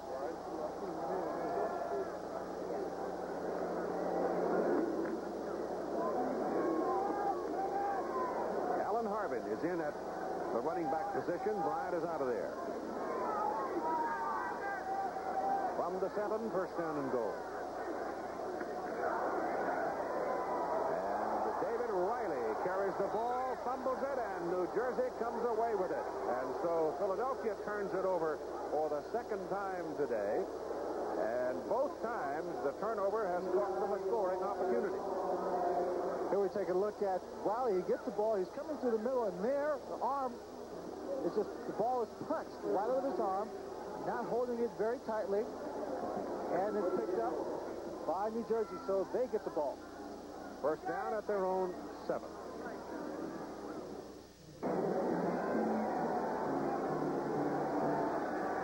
Turnovers were detailed for you a moment ago. Now 7-2 as Philadelphia turns it over for the second time.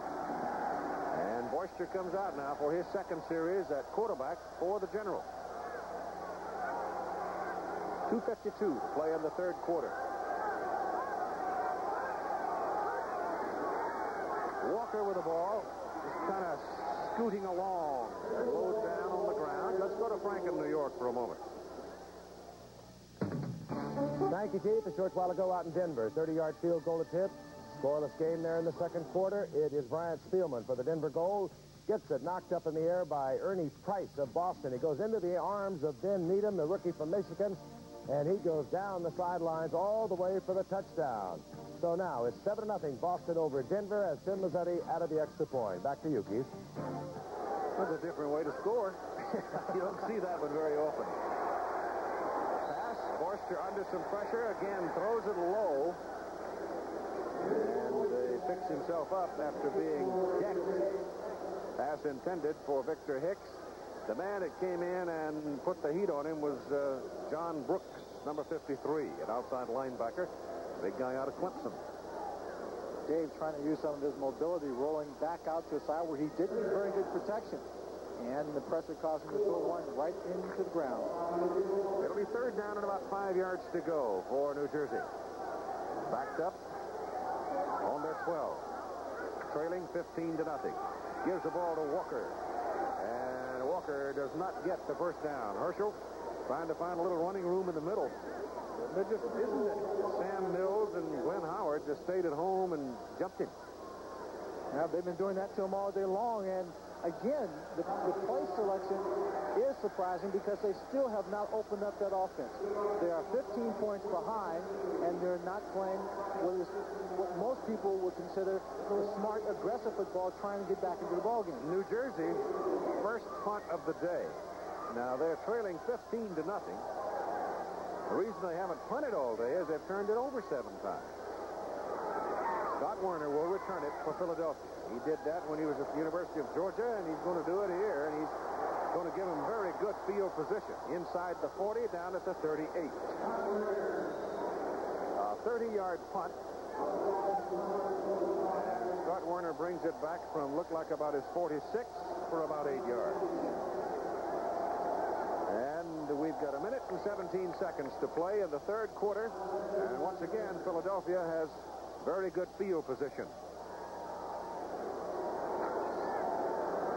Next Saturday, Howard Cosell's Sports Beat, the Pro Bowlers Tour, followed by ABC's Wide World of Sports. And scheduled is the World Welterweight Championship for the WBC. Milt McCrory and Colin Jones out of Reno, Nevada. Fumble. Looks like the Philadelphia covers it all right. Alan Harbin was reaching for it. It was a hot potato. And now both teams are beginning to make some mistakes. That pitch just goes right through his hand and bounces off his chest there. Fortunate for him, it just bounced straight in front of him, and he was able to hang on to it. The 2 Philadelphia turnovers they have made so far in the ball game against the 7 for New Jersey, each time Philadelphia was down in position to score some points. It could be a rout were it not for those 2 turnovers, but actually New Jersey is still in the ball game with 40 seconds to go in the third quarter. Of course, Philadelphia's also missed 2 field goals. There, the big guy blows it open. Booker Russell inside the 20, down to the 15 before Keith Moody brings him down. Oh, was that a pretty hole that they opened up for him that time?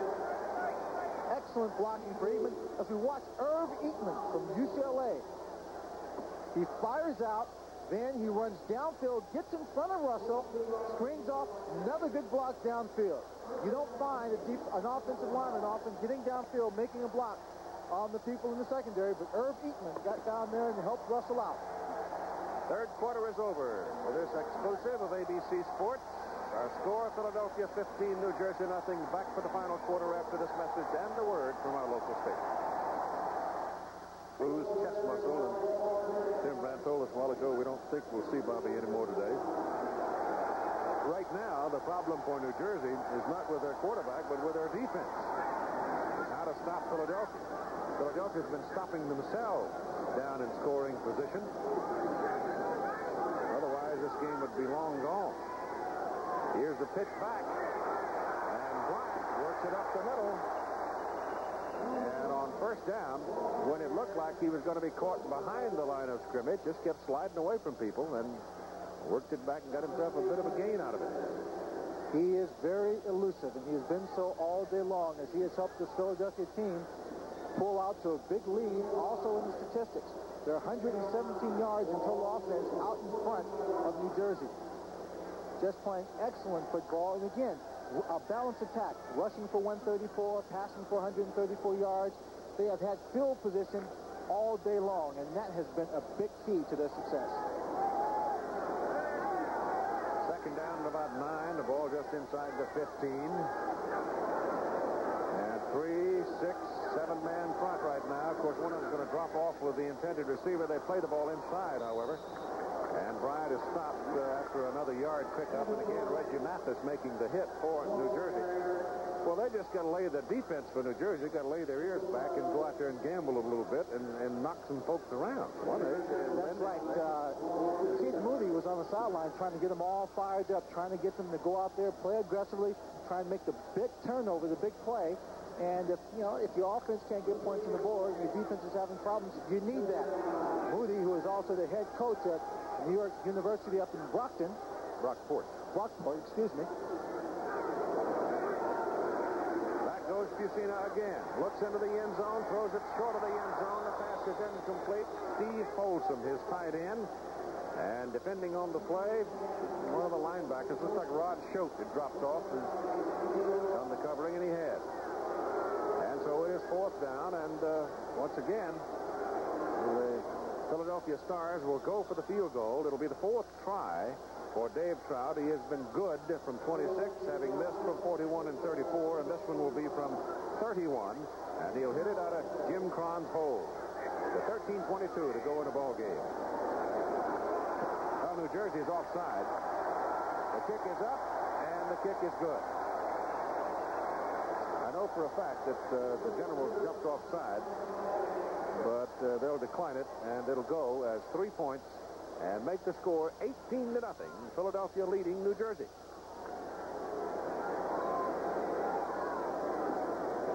Offside on the defense. Penalties declined.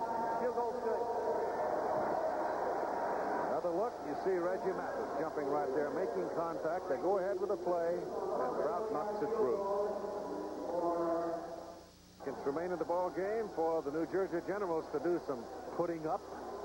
Right now, the show belongs to the Philadelphia Stars. Other games being played. You saw that block kick and the long run by the Boston Breakers for a 7-0 lead over Denver. Birmingham is playing at Oakland out on the West Coast this afternoon. Just getting started out there now at 1 o'clock start. The kick by Dave Trout goes out of bounds, so that'll cost him 5 yards. He'll have to come back and kick it from the 30. And the Monday night game will be the Washington Federals at Los Angeles against the Express, with Los Angeles having opened with a narrow but exciting win over the New Jersey Generals last week in Los Angeles. So they'll back it up to the 30, and not a whole lot of drama in that one. 31-yard field goal by Trout. 18-0 ball game. The way Philadelphia has dominated the game today, I have the feeling that it ought to be 35-0. It very well could have been. As you said earlier, they did turn the ball over when they had great scoring opportunities. They had a couple of field goals that were missed. One specifically because of the wind. The other maybe just more of an errant kick. And the missed PAT. Well, Trout still can't do much with it. The ricochets off of Weddington, and it's picked up by Larry Coffey. And Coffey comes back to the 41-yard line, and I think that's one of the few moments in the day when you could say that New Jersey has pretty good field position. While we are assembling ourselves here, let's pause 5 seconds to allow our local stations to identify themselves. WPVI TV, Channel 6, Philadelphia. And Dave Borster comes out at quarterback. quarterback in relief of Bobby Scott. He hasn't had a whole lot of luck either. Hands the ball off to Dwight Sullivan, the fullback, and Sullivan is caught and dropped after a couple of yards, up maybe 3 yards to about the 44. Number 96, Don Fielder, made the play. Herschel Walker's numbers on the day, not all that impressive. And again, here in the second half, he has been pretty quiet. Coffey has been in the ball game. He's only carried the ball 4 times. He was on the field for 21 plays in the first half. Second down and 7. Borster drills Sullivan on the numbers. He gets it over on the Philadelphia side of the field, and a penalty flag is thrown by the back judge. Glenn Howard brought him down. Look out for this one. I think it's going to go the other way, and it is. It's a clip. Boy, when it's going bad, it just wall falls, doesn't it? That's the kind of play that this New Jersey team needs. Something that's big, something that moves them down the field very, very quickly.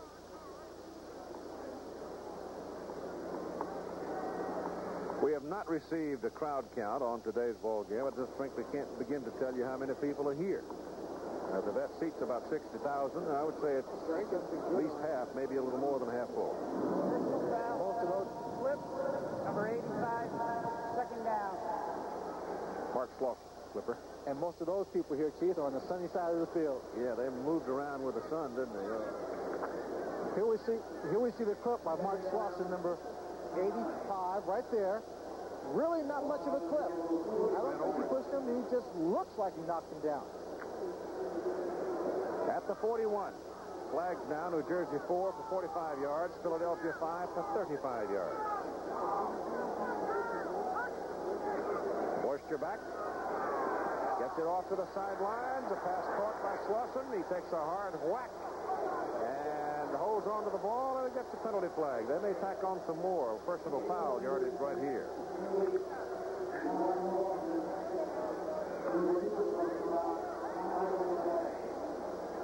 Face mask. Unintentional, 5. Well, one thing for sure, Dave Borster seems to have found his arm in the range now. John Bunting, number 59, an 11-year veteran with the Philadelphia Eagles, involved in the play. He signed with the Philadelphia Stars this past week. Number 23.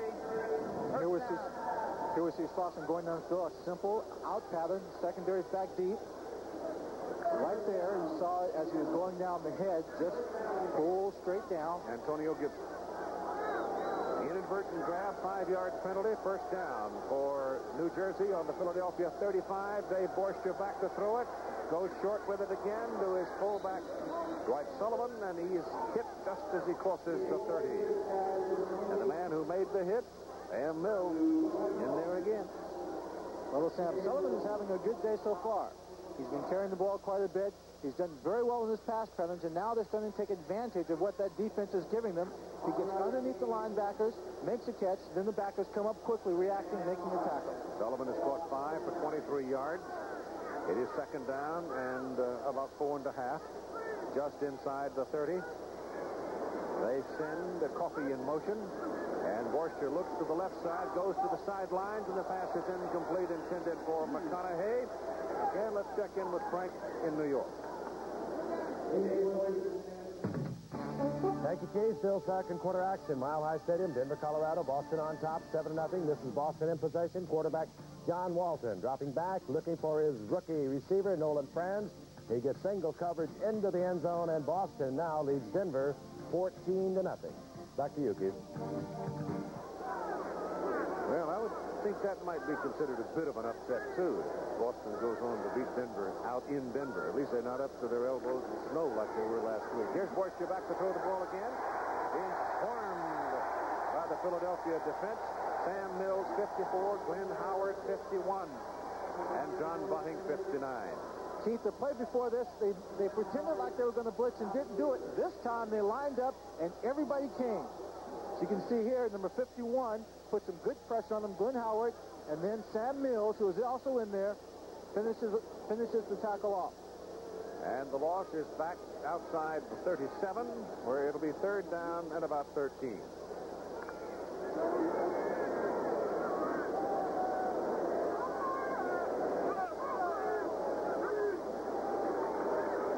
Deep drop by Borster. Gets it off. He's got McConaughey, and he can't hit him. Tom couldn't come back to it in time. Here's Tim. Having some back spasms. How's that thing feel, Kelvin? It's a little tight right now. You know, I got to loosen it up. Everything will be okay. Okay, but you're going to play? Yeah. Okay, he's going to play. Back up to you, Keith. Kelvin Bryant, what do you have? Sore back? Back spasm. Back spasm. Okay. The same thing that was bothering Antonio Gibson at the start of this ball game and bothered him last week. All right, the New Jersey Generals failing to hook up on fourth down. Go back to the defense with 10:45 to play. Meet John Hybrid III and his family. Not much personality, but gluttons for punishment. These scientifically advanced lifelike dummies are helping General Motors lead the industry in safety-related research by demonstrating how the human body withstands force. And you think you've had some tough days. We're living up to our commitment. Right now, today, we're the best GM ever. To win at this game, your feet need help. They need an edge. I got to do fast starts, quick stops, jumping, kicking, miles of foot-pounding running. Here's my winning edge. Super tough insoles from Older Readers. Super Tough. Reduce shock and foot fatigue. It's like wearing thousands of tiny foam springs to help you keep that spring in your step feeling. And Older Readers' activated charcoal formula keeps even sneakers from smelling like sneakers. Whatever your game, feel more spring in it. Get Super Tough Odor Readers. A winning edge.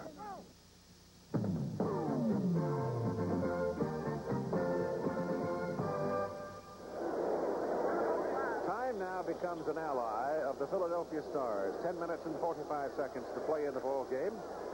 And Bardo up and over the ball. They got a couple of good centers here. Joe Happy, who played football down at Georgia. He was on the team with Herschel Walker himself. The other Philadelphia center. And Kelvin Bryant shaking off a back spasm to get back in a ball game. That's Fitzke in motion. And give the ball to the fullback, Booker Russell. And Booker gets involved in a big collision at the line of scrimmage. Ben Watts, the big nose guard, was right there, and he laid it on him. Watts, 6'2", 270 out of Stephen F. Austin. That ball game just starting out on the West Coast. Total offense today, Philadelphia over 300 now. 318 yards to 196 for New Jersey. And on second down and 9. Fusina's pass is incomplete, intended for his tight end, Steve Folsom. Steve Folsom running a crossing route against man-to-man coverage. Got an inside release off the line of scrimmage, and it wasn't too difficult. He was open to pass, just thrown beyond his hands. Andy Carino comes out of the linebacking position now. Weddington goes back in. Reggie Mathis is out. And on third and long, 3rd and 9, they put in what has come to be called the nickel defense.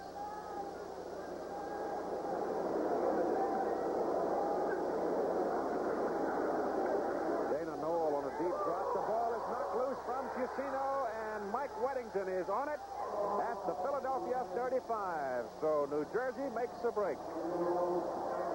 And that's just what they're looking for. Lockett's going to come in now and jump on Fusina, knock the ball loose, and Mike Weddington, number 52, is going to pounce on it. Here comes Lockett, big 96. He just beat Herb Eatman on that play. He beat him on an outside rush, took him upfield, and crashed in. Fusina had dropped back and didn't step up into the pocket, so Lockett was able to come in and make the big play. It's news today when somebody beats Eatman, because nobody's done it much. And here is Forster giving the ball to Herschel Walker on a sweep right. Bunning is after him, and Gibson comes up to shove him out of bounds. Attendance today, 38,205. And that's about 13,205 more than they expected. Of course, the weather turned good. One of the things the Phillies, of course, play here, and Philadelphia has a history of being what is called a good walk-up town. In other words, They get up, sample the weather, see how much they won't go to the ball game. The weather and the desires there, they go. Because they have a lot of parking around the vet. It's easy, very easy to get in and out. Walker is out now, and Larry Coffey is back in for New Jersey. And Boister on a short drop goes quickly over the middle, and Victor Hicks sees the ball for the first time today. Makes the catch, and John Bunting jumps on him and knocks him down. Time remaining, 9:40. He gets the ball here, puts his head down after he makes the catch, and Victor is greeted by about 3 helmets here. Doesn't pick up much, but it's a good game. Creates a nice third down and short situation for the New Jersey Generals. Boister 3 out of 7 for 30 yards, had 1 picked off. David back. Again, goes to the short man, bounces it in front of the intended receiver, Larry Coffey, coming out of the backfield. He had a better chance, I think, that time if he had seen McConaughey going deep. I'm sure when he dropped back that time, Keith, he was thinking, well, I've got to throw the safe pass here. Don't want to take too much all of a sudden. And he probably didn't even look at McConaughey, which is a mistake. Right. 4th down now and 2. This is the second time they tried to go for it on 4th down. McConaughey and Brodsky, all the wide people, and they move Victor Hicks now over to Brodsky's side of the field. Boister in trouble. He is in trouble. And that was number John Fielder came in and really messed it up first, didn't he? Scott Warner came up. Saw the play action, and he just came charging up, trying to support the run, and found himself in the backfield when there was a pass. You see Scott Warner, number 25, coming out right there as he takes on the back, and right there forces him to step up, and that's the 4th sack of the game. Time remaining, 9:08. We are USA 1, and proving it in Chevy Cavalier. Cavalier's new high-compression 2-liter engine with electronic fuel injection gives you more power than the 3 leading imports. And even though Cavalier sedan is shorter outside than Honda Accord sedan, it gives you 6 cubic feet more passenger room inside, plus more room in the trunk. Chevy Cavalier, from America's sales leader, USA 1, is taking charge. Now get 11.9% financing at participating Chevrolet dealers. You know, even though we're not playing football anymore, Dee Dee and I still like to come out and watch practice. While they're working out, we're enjoying our light beer from Miller. Light really tastes great. But best of all, it's less filling. Because even though it's only practice, we still want to be able to follow all the action. Ooh, look at those moves. Let's see, Coach.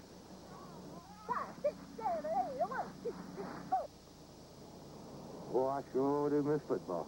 Light beer from Miller. Everything you always wanted in a beer, and less. Undefeated Milt McCrory, number 2 Colin Jones. The WBC World Welterweight crown is on the line live, plus American Tamara McKinney's quest for the overall World Cup ski title, Saturday on ABC's Wide World of Sport. I think this is a very revealing statistic. I'm always impressed. Anytime you can get 6 yards on 1st down, you're on your way to winning a football game. And that means you can do anything you want on 2nd and 3rd down. Philadelphia now, taking over the football, 1st down at the 33. Ucina stays in there, gives the ball off to Kelvin Bryant. Outside he goes, and up the field he wanders all the way to the 50. Keith Moody and Reggie Mathis finally bring him down. Right side of the offensive line, open the door. Once again, Irv Eatman there closing it down. And you see Kaminsky pulling around. When Kelvin breaks this downfield, number 81, Scott Fitzke, blocking on the cornerback. Now, a block like that is the difference between the play going 6 yards and the play going 10 or 11 yards downfield. And he has just gone over 100 yards. 102 yards on the day. He may be the first running back. In fact, I think he is in the USFL to go over 100 yards, and he's done it again and blows it up the middle. Oh, boy, he was a half a step from see you later right there. James Lockett brought him down. Oh, he is an elusive man. Real nice play here. It's great blocking. You should see the center just screams off his man. He reads that line and then cuts back. Irv Eatman again blocking a cutoff block on the backside, allowing Kelvin Bryant to get a few more yards downfield. He picks up 9. He's got 111 on the day. It's 2nd down and 1.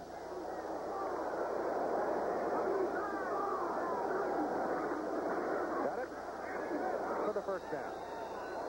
Now the surge behind the center and Bart Oates and Comiskey and Garza is good for the 1st down at the 38 where they're going to mark it. Nope, 39. Been a long day for that man, Chuck Fairbanks, and his football team. Keith, those last 2 plays are perfect examples of what happens when you get the big yardage on 1st down. That created 2nd and short, and the team that has the lead can now rely on its ground game, eat up the clock, make the 1st downs, and maintain possession and control of this game. Kelvin Brown out now, getting a pad strapped onto his left arm. Up the middle goes the fullback, Booker Russell. 35, 34, 33. And time remaining 6 minutes and 50 seconds in the ball game. Russell now with 5 carries and 44 yards in the ball game. Looking ahead to some of the matchups in the schedule for next week as we move on to week number 3 in the USFL.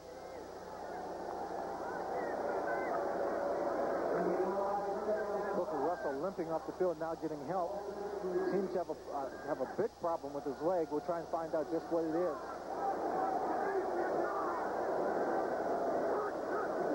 2nd down, 4.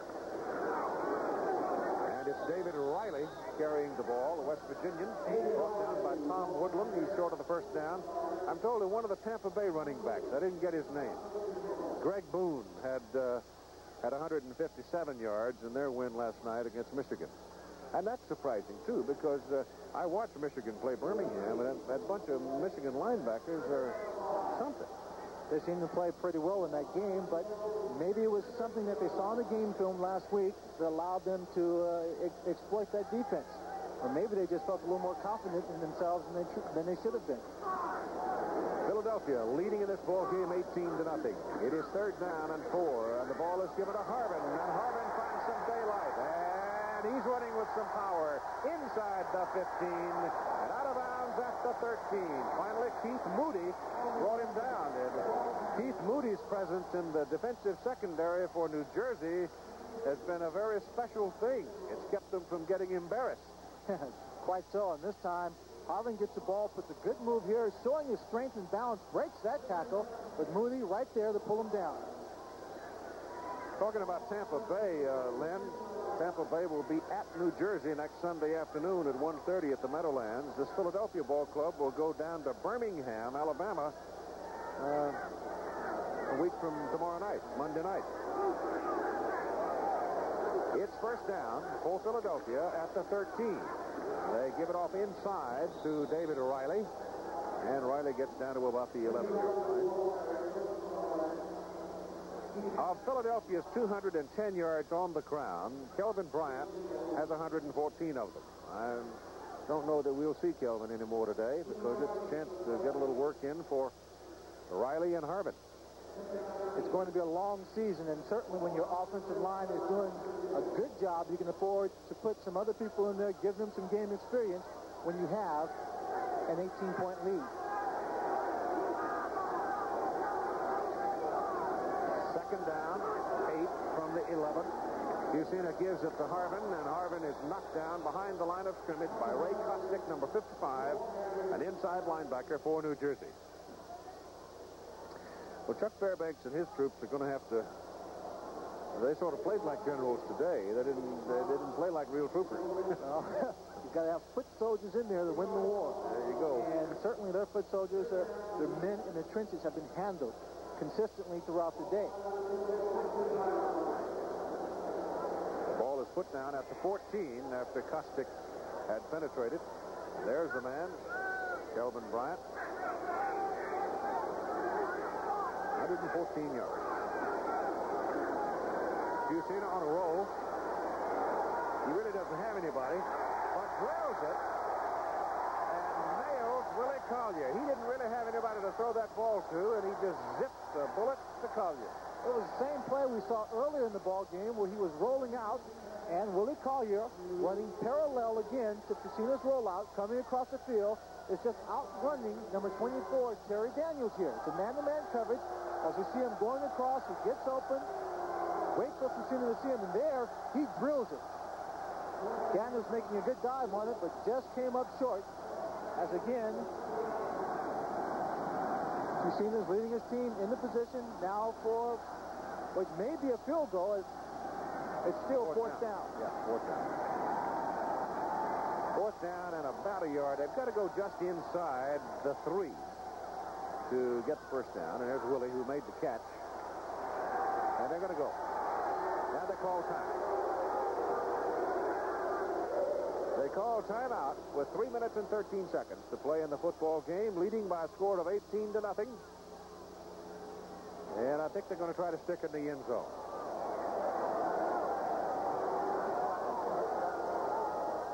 Down in a little over a yard on the 4-yard line, and they're going to go with Jeff Rodenberger having come into the ball game, number 34, the running back, replacing Booker Russell, who has a bruised knee.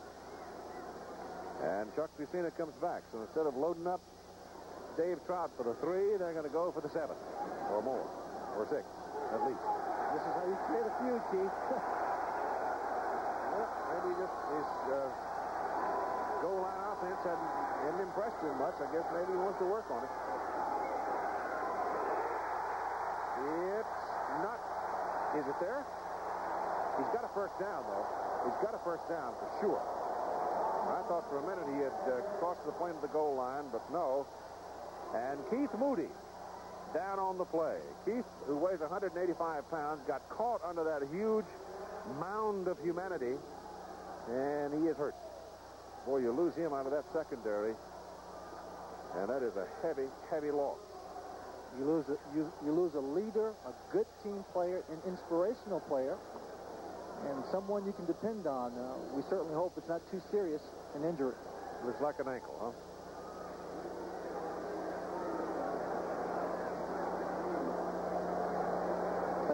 Let's take a look at the offensive line on the right side, as again they get a great surge here. Harvin just slips right through there. Now watch Moody as he comes in here. There's a ball going to Harvin. And right there he is. His leg gets rolled on right there. Yep. When Harvin went down with Mathis on top of him, they rolled over on it. Moody had 8 tackles in the ball game today, so that ankle is damaged. And Keith will have to leave the ball game.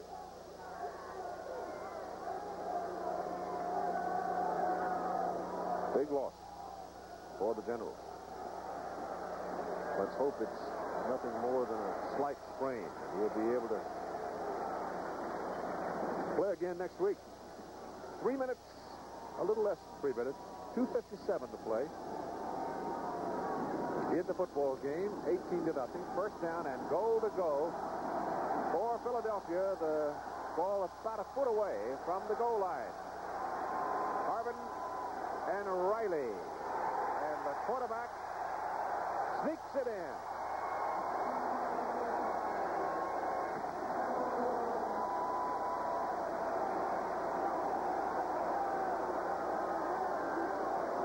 Keith, if Jim Moore wanted an extra touchdown, he got it. I certainly don't understand why it was necessary to go for a touchdown. Apparently he has some reason for it. That's Fusina's second of the year. Has a little problem grabbing the snap from center, but he gets it. Bounces over. Good block by the center. Cron holds, Trout kicks. And it's good. 2 minutes and 41 seconds to play in the football game, and the score grows now to Philadelphia 24 and New Jersey nothing. Well, we had one shutout, 25-0. We had one shutout last week. Oakland shutting out Arizona 24-0. Now this one at 25-0. So this could be the second decisive shutout of the year.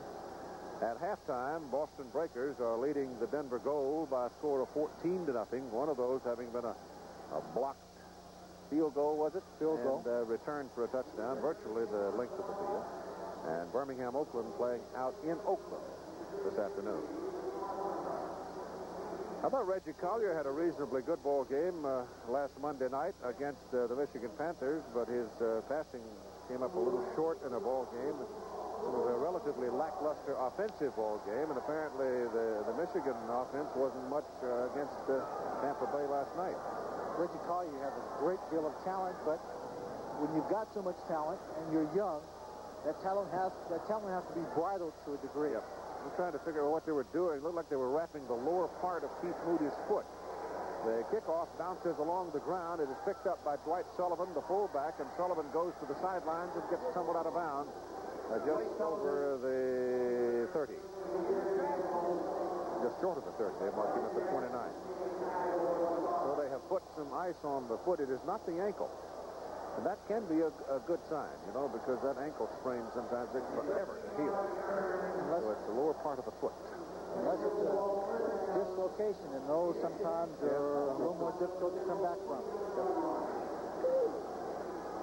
David Boyster, who's playing in relief of Bobby Scott, who has a bruised chest muscle, in at quarterback, trailing 25-0, trying to find himself in this pro game and trying to find some points for the New Jersey Generals. And he finds Larry Brodsky for a pickup from the 29 out beyond the 45. Mike Lush making the tackle on a first down for New Jersey. And remember, in the last 2 minutes of the ball game, as the chains are moved, the clock will be stopped. So they're going to get, as a result of this college rule, portion of the collegiate rule adopted by the USFL, they get a few more plays. That's a little short stop and go job to Sullivan. It doesn't work for a whole lot. Gets about 3 yards. Sam Mills, one more time. Sam Mills did a great job there because there was a lead blocker out in front there, and had not Sam Mills made that tackle, he would have had a lot of running room. And he nailed him down for a yard loss, actually, with 2 minutes to play in the game.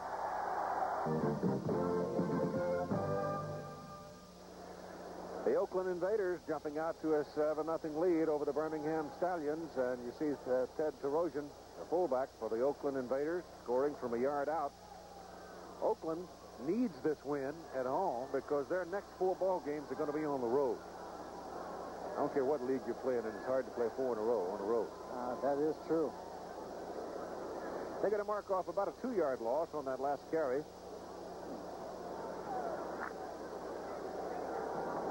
Or Sullivan, little pass that he caught and then dropped behind the line of scrimmage. He's caught 6 today for 20 yards.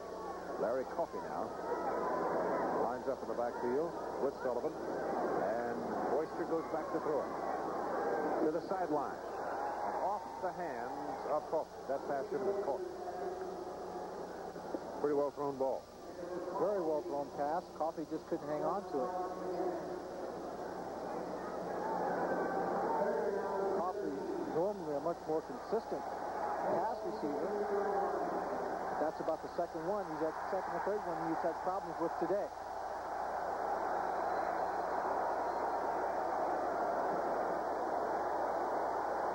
Boyster back to throw it. Whips it. It's slapped around. He hit his man right on the numbers. Can't throw it to better net. Might have been a little bit behind it, but certainly it should have been caught by Mark Slauson. And then later was almost picked off and intercepted by Philadelphia. Here's Tim Brent. Keith, the injury to Keith Moody, they do not believe it is a broken bone. You were right, it is the top of the foot, down by the toes. He received a helmet blow there. It was like a spear at the bottom of the pileup. He is in a great deal of pain, he says, but they don't think it's broken. He won't be back today. Thank you, Tim. Penalty against New Jersey.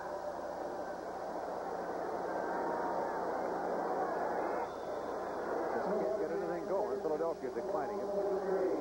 With 1 minute and 48 seconds to play in a ball game. It is 4th down and trailing 25-0 on 4th and 12. Boyster looks, trying to find somebody to throw it to. Cannot. Slips, loses his footing, and down he goes. Dave Ofer, the nose tackle, was pursuing him, and that is the 5th sack today of a New Jersey quarterback.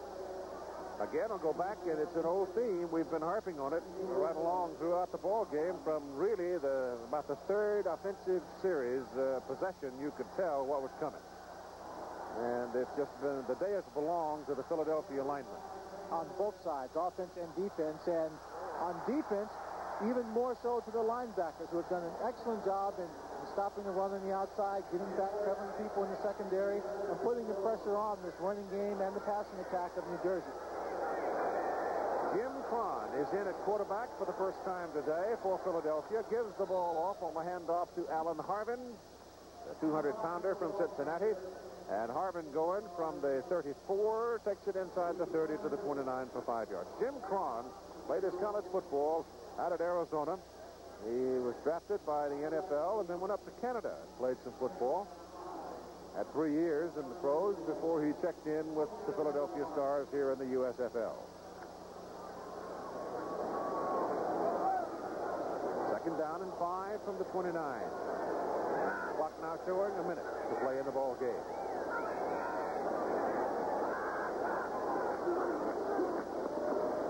Dave Riley carries the ball inside. And Steve Hammond, a rookie out of Wake Forest, tumbles him back after he picked up a couple of yards. And the clock continues to run. And that's pretty much going to do it. We'll have one more play by Philadelphia, and that will do it. And you can be sure there'll just be a little short run. May not go anywhere, but it won't have to, as the clock is running down. There are about 25 seconds left on that clock now. The turnovers today, Philadelphia 3 and New Jersey 7. Philadelphia 2 today. In the season 3 and New Jersey 7, which was as much as anything a big difference in the ball game. That and the line play. The run around the left side by Alan Harvin is going to be good for a first down, and that ought to do it, and it does. The ball game is over as Philadelphia manhandles the New Jersey Generals by a score of 25-0. Long day for Chuck Fairbanks, walking across the field. His team thoroughly thrashed.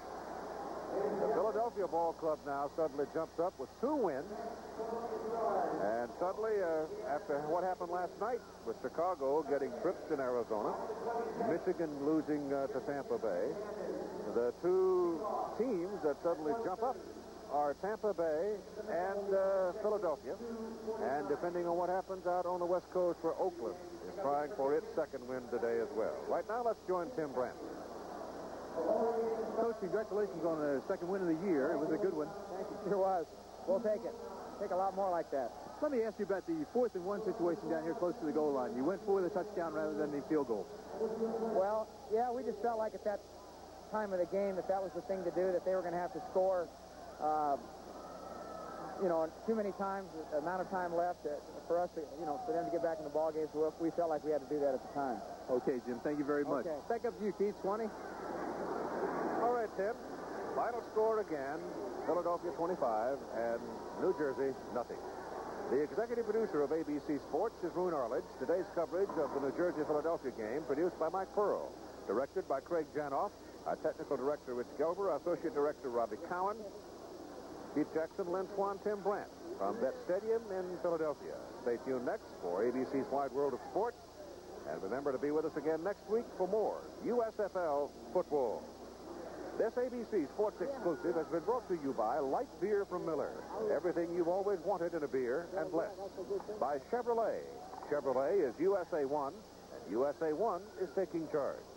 By Honda Motorcycles, inventors of the ATC three-wheeler. Honda. Follow the leader. Travel arrangements made through and promotional fee paid by United Airlines. United flies more people to Hawaii than any other airline. That's what friendly skies are all about. Again, a day of dominance for Philadelphia as they beat New Jersey 25-0 on this ABC Sports presentation. Here's Frank Gifford.